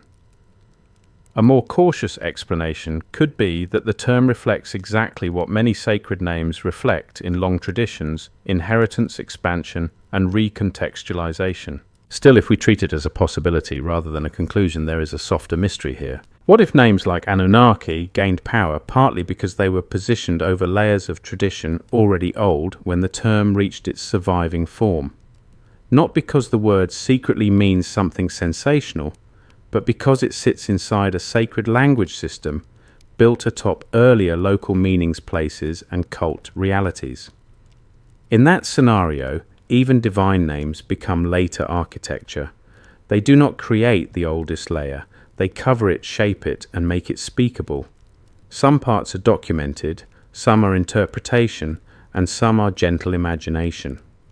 The documented part is shifting divine vocabulary across Mesopotamian tradition. The interpreted part is that some names may survive after their earliest reference have grown obscure. The imagined part is the hush you feel when a sacred word sounds ancient even to the person speaking it. Picture a scribe in lamplight pausing over a line. He knows the sign sequence, he knows the proper form, he has likely copied it many times, but perhaps he also knows in the quiet way learned people know such things that the word is older than his understanding of it. Not meaningless, never that. It functions, it belongs, it anchors ritual and memory, yet something about it resists being reduced to a tidy gloss. Language can do that. It can become a ruin still in use. Scholars continue to debate how much can be reconstructed from these old divine names with confidence. There's no full consensus. And perhaps that is fitting because sacred language often survives precisely by refusing to flatten itself into plain speech. The mystery isn't in what we know, but in what we can't confirm. Was the earliest meaning of a title tied to a physical place later absorbed into divine personality? Did an old local sacred force become part of a broader god's identity through gradual layering? Did a name once attached to a site become attached to a cosmic role when theology expanded?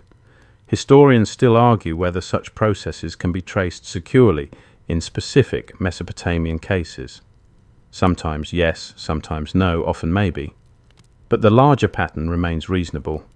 Long religious traditions inherit words the way cities inherit brick. Reuse changes them. Context dignifies them. Age protects them. And perhaps that is why names can feel older than the stories built around them. You stand again inside a sanctuary where the present cult feels coherent, structured, and fully alive. Yet in the recited titles there are words that may have travelled farther than anyone in the room can map. They have crossed languages, dynasties, floods of memory, rebuildings of temples, and revisions of theology. They sound stable, but stability is not the same as origin. A careful reading might suggest that language itself carries forward remnants of earlier sacred worlds long after those worlds have been absorbed, translated, and renamed. So you move on holding one more quiet realization. Maybe the oldest thing the Anunnaki find is not stone, not water, not even buried architecture. Maybe it is speech already ancient before the gods take their places in written order. A name passed down so long it becomes a sacred surface over forgotten depth. A word that survives because everyone knows it matters, even when no one can fully say why it mattered first. And from names it is only a short shadowed step to descent, because Mesopotamian imagination has a habit of placing its deepest questions below ground. Not in the modern thriller sense, with hidden tunnels and aggressively dramatic lighting, but in the older and stranger sense that what lies beneath is both physically buried and conceptually ancient. Most historians agree that journeys to the underworld in Mesopotamian literature reflect theology, grief kingship, cosmic order, and the unavoidable fact that people eventually die, which is a terribly inconvenient feature of the human condition. Archaeology suggests that subterranean spaces, tombs, crypt-like architectural features, and layered sacred foundations were real parts of ancient life, even if they do not map neatly onto every mythic descent. But historians still argue whether such descents also preserve dim memory of entering older underground structures and cult spaces. What if the road below begins as architecture before it becomes myth? That idea deserves both caution and attention. A more cautious explanation could be that underworld journeys are exactly what they look like: symbolic and theological narratives about death status, divine judgment, and separation from the living. That is the mainstream place to begin, and it should be. What's broadly accepted is that Mesopotamian underworld traditions form part of a wider ancient Near Eastern concern with mortality, burial, ancestral presence, and the ordering of divine and human realms. If the evidence is thin, we'll say so. No tablet simply announces that a famous descent myth started because someone found a stairway leading into a forgotten pre-God chamber beneath a temple. Ancient literature is rarely so kind to modern curiosity. Still, the emotional overlap is difficult to miss. You already know that Sumerian cities are layered. You already know that temples rise over earlier temples and floors over earlier floors. You already know that sacred places gather depth physically as well as symbolically. In such a world, the act of going downward is never neutral. Downward means older, downward means buried, downward means outside ordinary daylight life. A careful reading might suggest that mythic descents resonate so powerfully in Mesopotamia because everyday sacred architecture and urban memory already train people to associate depth with antiquity, hiddenness, and authority. That's a possibility, not a certainty, but it fits the texture of the civilization rather beautifully. Picture an evening in a temple precinct after public movement has faded. Lamps burn low. The plastered surfaces catch warm light in small, patient patches. Somewhere beyond the city still murmurs with cooking fires, animals, tired voices, and the general sound of civilization trying to keep itself together for one more night. But inside the sacred complex, there may be spaces not meant for ordinary circulation, lower chambers, storage zones, burial associations, foundation depths, sealed deposits, stairways descending toward cooler darkness. Archaeology suggests that ancient sacred architecture could include controlled interior spaces whose symbolism mattered even when their exact ritual meanings varied. The evidence we do have points to a material world where below ground was not merely absence, it was charged. And charged spaces invite story. One interpretation is that some mythic journeys below, especially those involving divine thresholds, judges' gates and transformations of status may have been shaped emotionally by experiences of entering older, darker, more restricted spaces within sacred or funerary settings. That does not mean the myth is secretly a building manual in disguise. Let me rephrase that more carefully. It means architecture and ritual experience may have helped form the imaginative grammar later used in underworld literature. If people repeatedly encountered sanctity burial and ancestral weight through downward movement into enclosed spaces, then descent stories would carry not only abstract theology, but embodied memory. What if the story is pointing at something else? What if in some cases the underworld is also the narrative echo of real encounters with older buried structures whose original meaning had become obscure? Not every case, not even most necessarily, but perhaps enough to leave a mood. Imagine rebuilders cutting into older sacred levels and finding sealed rooms, forgotten deposits, or buried chambers no longer part of the current ritual system. Most historians agree that ancient sites can preserve such surprises through long sequences of reconstruction. A fringe idea proposes that underworld myths directly encode exploration of prehistoric subterranean ruins belonging to a civilization older than the gods. This theory isn't widely accepted, and mainstream archaeology does not support that literal reading. But if we treat it as a possibility rather than a conclusion, a gentler version survives. Hidden lower spaces may have contributed to the sense that beneath the ordered world lay something prior potent and only partly knowable. That gentler version is enough for tonight. Because the underworld in Mesopotamian thought is not simply underground in a geometric sense, it is ordered, inhabited, ranked and bound to old powers. Most historians agree that the dead in Mesopotamian literature do not vanish into abstraction. They enter a realm with structure, gatekeeping, memory and consequence. Scholars continue to debate how much this reflects funerary practice, broader theology, political hierarchy, or inherited motifs from older local cults. There's no full consensus. But one thing is clear. Going below means entering a domain that is older than the living city and less easily revised by them. Above-ground walls can be rebuilt. Dynasties can rename things. Priests can regularize liturgy. Below the old remains old. You can feel that in the famous mood of descent tales. A goddess goes down. A messenger passes through gates. A figure confronts judges or rules older than immediate power. Clothing status and identity are stripped away in sequence. Some parts are documented, some are interpretation, and some are gentle imagination. The documented part is the literary and theological significance of descent in Mesopotamian tradition. The interpreted part is that such stories may resonate with real experiences of burial spaces, foundation depths, or concealed chambers in ancient sacred environments. The imagined part is the almost physical sensation that as each gate closes behind you, you are moving not only away from life, but backward through time. The Anunnaki again fit this atmosphere with unsettling elegance. Most historians agree that in some contexts the Anunnaki are associated with judgment authority and the deeper structure of cosmic order, including underworld associations. That alone makes them relevant here. If divine assemblies help govern what lies below, then the below world becomes another place where later theology manages inherited depth. A more cautious explanation could be that underworld roles for such figures are simply part of developed religious cosmology, nothing more. That is entirely possible. Yet if that cosmology was shaped in part by a civilization that constantly built over older buried worlds, then the symbolism of descent may carry more archaeological feeling than we first notice. The mystery isn't in what we know, but in what we can't confirm. Was a particular mythic gate once inspired by a real threshold leading into restricted ritual darkness? Did buried architecture feed the imagination of lower realms? Did old subterranean finds strengthen the association between below and primordial?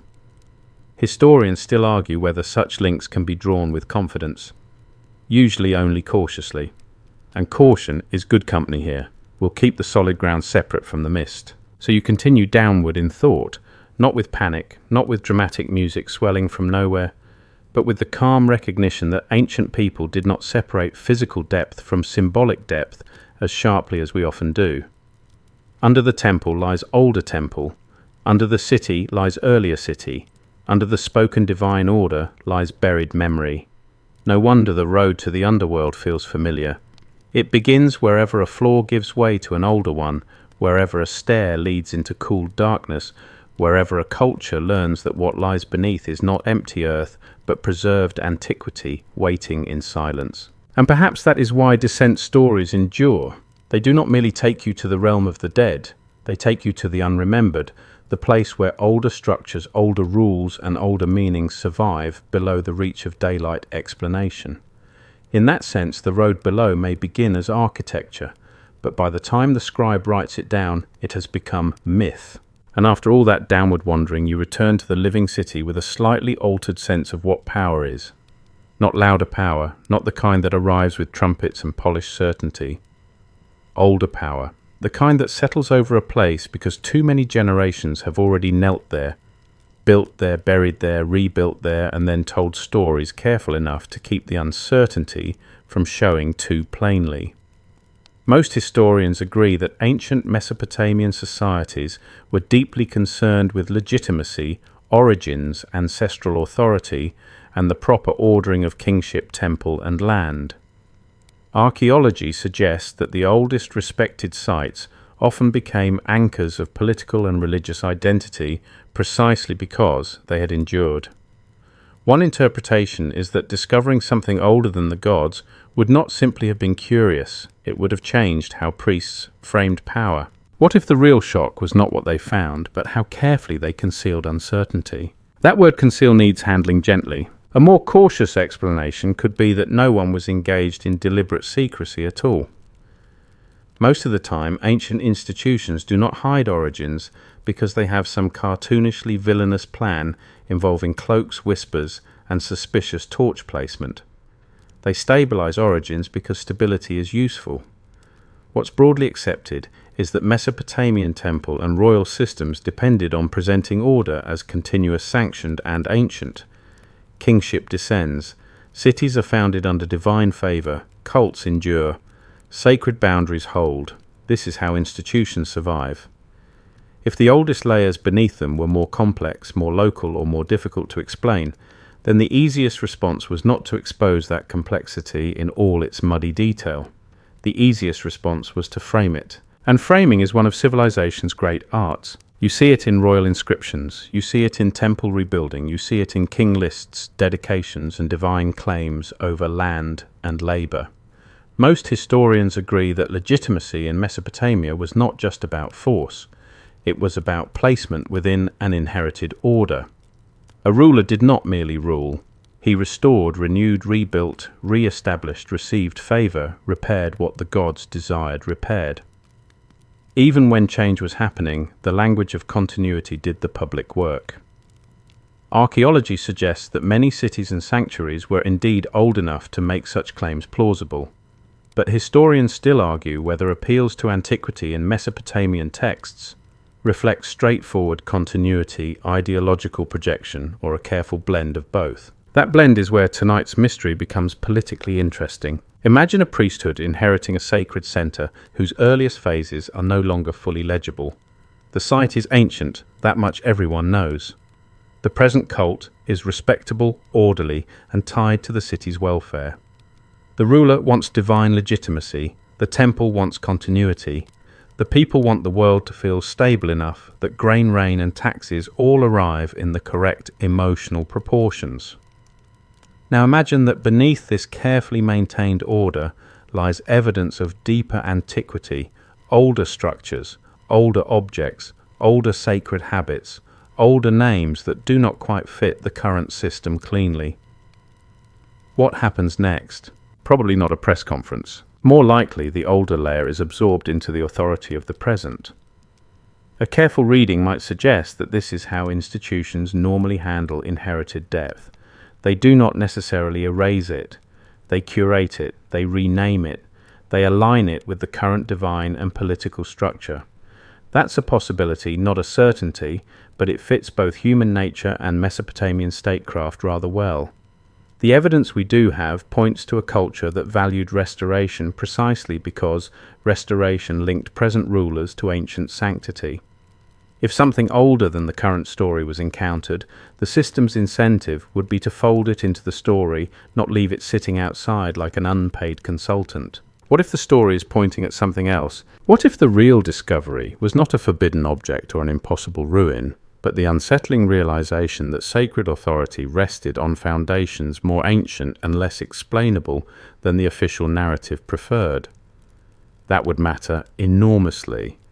Because if a shrine or city proved older than the current divine framework, could comfortably account for the response would not be to abandon the framework, it would be to deepen it, extend the divine genealogy, emphasize primordial sanction, attach the old ground more firmly to the known gods.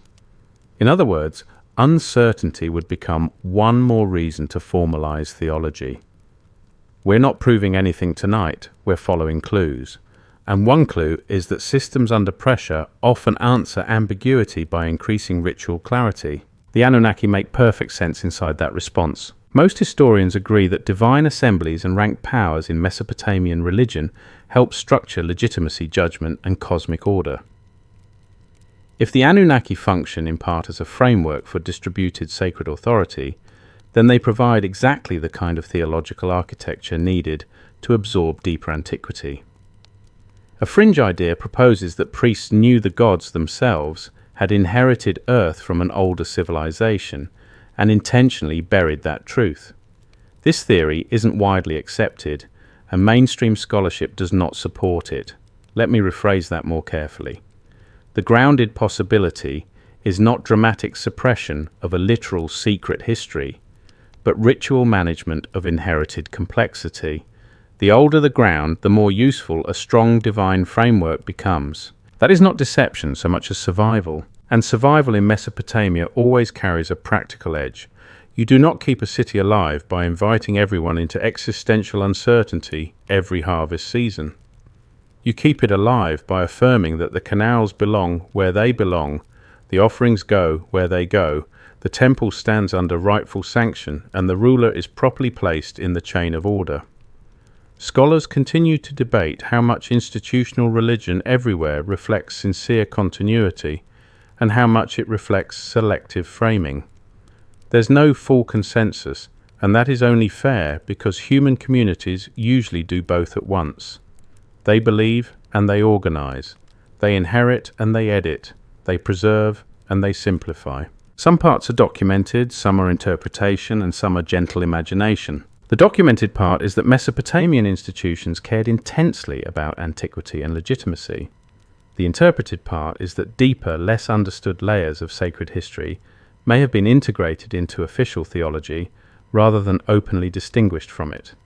The imagined part is the quiet, perhaps slightly tense conversation in a temple chamber after an older layer has been encountered, when learned men realize the site's age exceeds the smoothness of the current explanation. No one panics. No one dramatically drops a lamp. They simply understand that the place is more ancient than doctrine can narrate in simple lines, and that therefore doctrine must grow more elegant. You can almost hear that elegance taking shape. A rebuilt temple is dedicated not merely as new, but as restored according to ancient plan. A divine name receives a title emphasizing primordial authority. A local cult story is linked more firmly to wider cosmic order. A ruler presents himself as renewing what has always rightly been. The old puzzle is not denied, it is enfolded. The mystery isn't in what we know, but in what we can't confirm. Did ancient priests consciously sense they were standing above meanings older than their present theology? Did rulers understand that the age of a place gave them power even when its first story was obscured? Historians still argue whether institutions are ever that self-aware about inherited depth. Probably sometimes, probably not always. But the effect remains visible. Power grows sturdier when it can rest on age. Age grows safer when it is interpreted through gods. So if the Anunnaki or the broader divine order around them appear to stand over something older than themselves that need not weaken the system, it may explain why the system becomes so formal, so careful, so beautifully arranged. The older the ground below, the more the surface must speak with confidence. And that may be the real shock after all, not that something older existed. Ancient people likely expected depth even if they could not chart it. The real shock would be realizing how much authority depended on translating that depth into a stable story. Because once you see that every hymn of eternal order carries a faint undertone of adaptation, every sacred origin claim sounds a little like a hand smoothing plaster over a wall whose older bricks are still there, still holding the structure up, still impossible to remove. So you leave this section with a quieter understanding of concealment, not lies exactly, more like careful arrangement. A civilization faced with very old ground does what civilizations do best. It frames the old, sanctifies the uncertain, and teaches later generations to call that structure timeless. And in the stillness, after the ritual, words fade, you can feel why. To admit the full depth of inherited mystery would be destabilizing. To fold it into divine order would be wise. By now, the whole landscape has become a kind of breath held over buried time. The reeds, the clay, the platforms, the copied names, the rebuilt sanctuaries, the stories of floods and descents and divine assemblies. All of it seems to hover above one simple and unsettling possibility. Most historians agree that Sumerian religion emerged through long cultural development, shaped by settlement continuity, ritual institutions, environmental challenge, and changing theological language. Archaeology suggests no sudden break where one fully formed divine system simply drops from the sky and begins issuing instructions like a celestial property manager. What's broadly accepted is messier, deeper, and much more human. But this theory isn't widely accepted that whispers of something older survived inside later divine stories. And what if the final mystery is not a lost race or secret machine, but the quiet human habit of building meaning over forgotten ground? That possibility feels almost modest after everything else. No glowing vault, no cosmic emergency meeting, no ancient memo reading. Dear Anunnaki, congratulations on discovering the inconvenient age of Earth. Just people. People finding old walls beneath new walls. People inheriting names older than their explanations. People rebuilding temples on spots that had clearly mattered before anyone could fully say why. People telling stories large enough to hold uncertainty without letting uncertainty unravel the city. A more cautious explanation could be that every piece of this can be accounted for through ordinary cultural continuity, literary layering, political theology, and the natural depth of ancient settlement. That is true, and in many ways it is enough, but the emotional remainder still lingers. Because ordinary continuity can feel extraordinary when it becomes deep enough. Historians still argue whether Mesopotamian texts preserve genuine dim memory of very ancient sacred inheritance, or whether later traditions mainly project significance backward onto already important sites. There's no full consensus. If the evidence is thin, we'll say so. Yet even that uncertainty has now become part of the beauty of the story. The mystery isn't in what we know, but in what we can't confirm. Was there ever a single moment when later priests or storytellers recognized that some places, objects, and words had become older than the gods currently assigned to them? Did anyone stand in a shrine, touch an old threshold, and feel that divine language was not the beginning of the place, but the latest layer over something more ancient and more human? Maybe. Maybe not in one dramatic instant, more likely in many small encounters. A builder finds earlier brick below the proper foundation line. A priest handles an object older than the current cult arrangement. A scribe copies a name whose first meaning has long faded. A ruler restores a sanctuary already old beyond counting, and calls that act renewal rather than reinvention. Most historians agree that such things in one form or another are woven all through Mesopotamian life. Archaeology suggests the cities themselves are archives of repetition and return. One interpretation is that divine stories become the elegant surface by which societies live peacefully above all that buried accumulation. That's a possibility, not a certainty.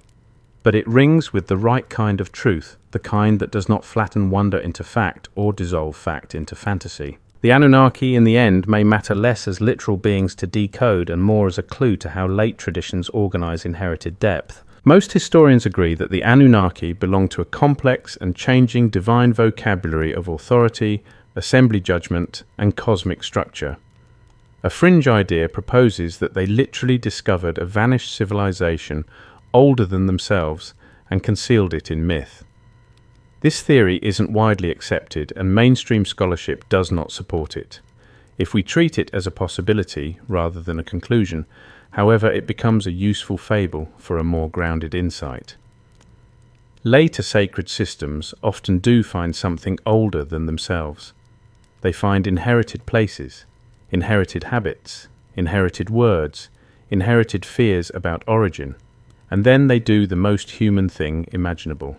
They make stories strong enough to carry them.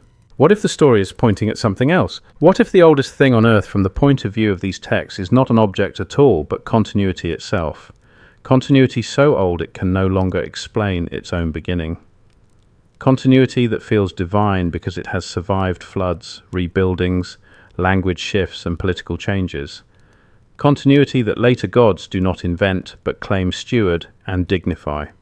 Some parts are documented, some are interpretation, and some are gentle imagination. The documented part is long settlement and ritual continuity in southern Mesopotamia. The interpreted part is that later divine traditions may preserve and organize older sacred inheritances. The imagined part is the quiet image of even the gods arriving at a place already full of patient human memory. You stand now at the edge of a temple mound at evening. The heat has withdrawn just enough to let the air soften. Dust settles. The marshes beyond reflect the last diluted band of light. Somewhere far off a worker laughs. Somewhere closer a vessel is set down with that small ceramic knock that sounds oddly permanent. Beneath you lie floors, under floors, walls, under walls, dedications, under dedications. The city around you is still alive, still ordering itself, still speaking the names that make its world coherent. Yet under all of it there remains the older thing, not hidden exactly, just buried by faithful use. Scholars continue to debate how much of that older thing can ever be recovered from texts, ruins, and fragments. There's no full consensus, and perhaps that is fitting. Because if the oldest layer were perfectly recoverable, it might lose some of the strange tenderness it has gathered in the dark. We're not proving anything tonight, we're following clues. The clues have led not to certainty, but to a gentler horizon. A city is older than its current gods. A temple is older than its current walls. A word is older than its current meaning. A civilization is always walking on more memory than it can carry consciously. And maybe that is what the Sumerians knew in the only way anyone ever truly knows it. Not as a solved secret, not as a conspiracy, not even as a doctrine, more as a pressure, a dignity, a sense that the ground under the holy place had been meaningful long before the present generation found the proper language to honor it. The later gods did not erase that truth. They gave it form. The Anunnaki, the divine assemblies, the grand ordering stories, all of them may be read as beautiful attempts to place old human depth inside a cosmos generous enough to bear it. So now the pace can slow. You do not need to keep digging. You do not need to force the mound to tell you more than it can. The night is settling across the first cities. The reeds are only reeds again.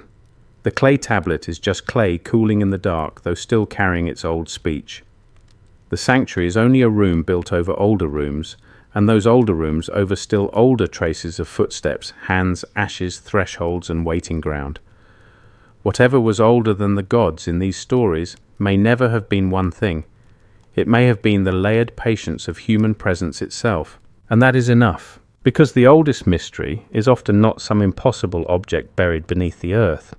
It is the quiet fact that generations return to the same places, feel the same pull, build new names over old feelings and leave behind just enough for those who come later to sense the depth without fully mastering it.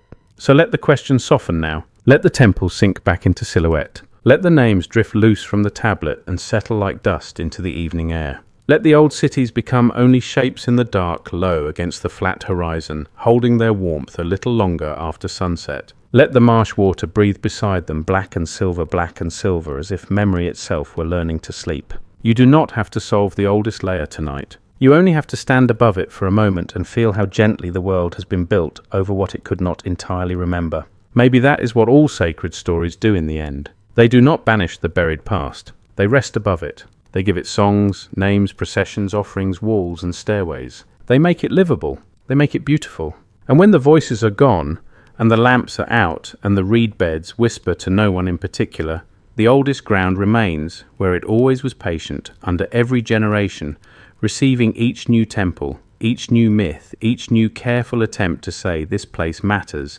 even if we no longer know how it first began. So the wind moves softly over the mound. The last light thins. The clay cools. The names fade into a hush wide enough to hold both certainty and wonder. And somewhere below, under bricks and plaster and stories and centuries, the first quiet meaning waits without asking to be found, only to be felt for a little while before sleep.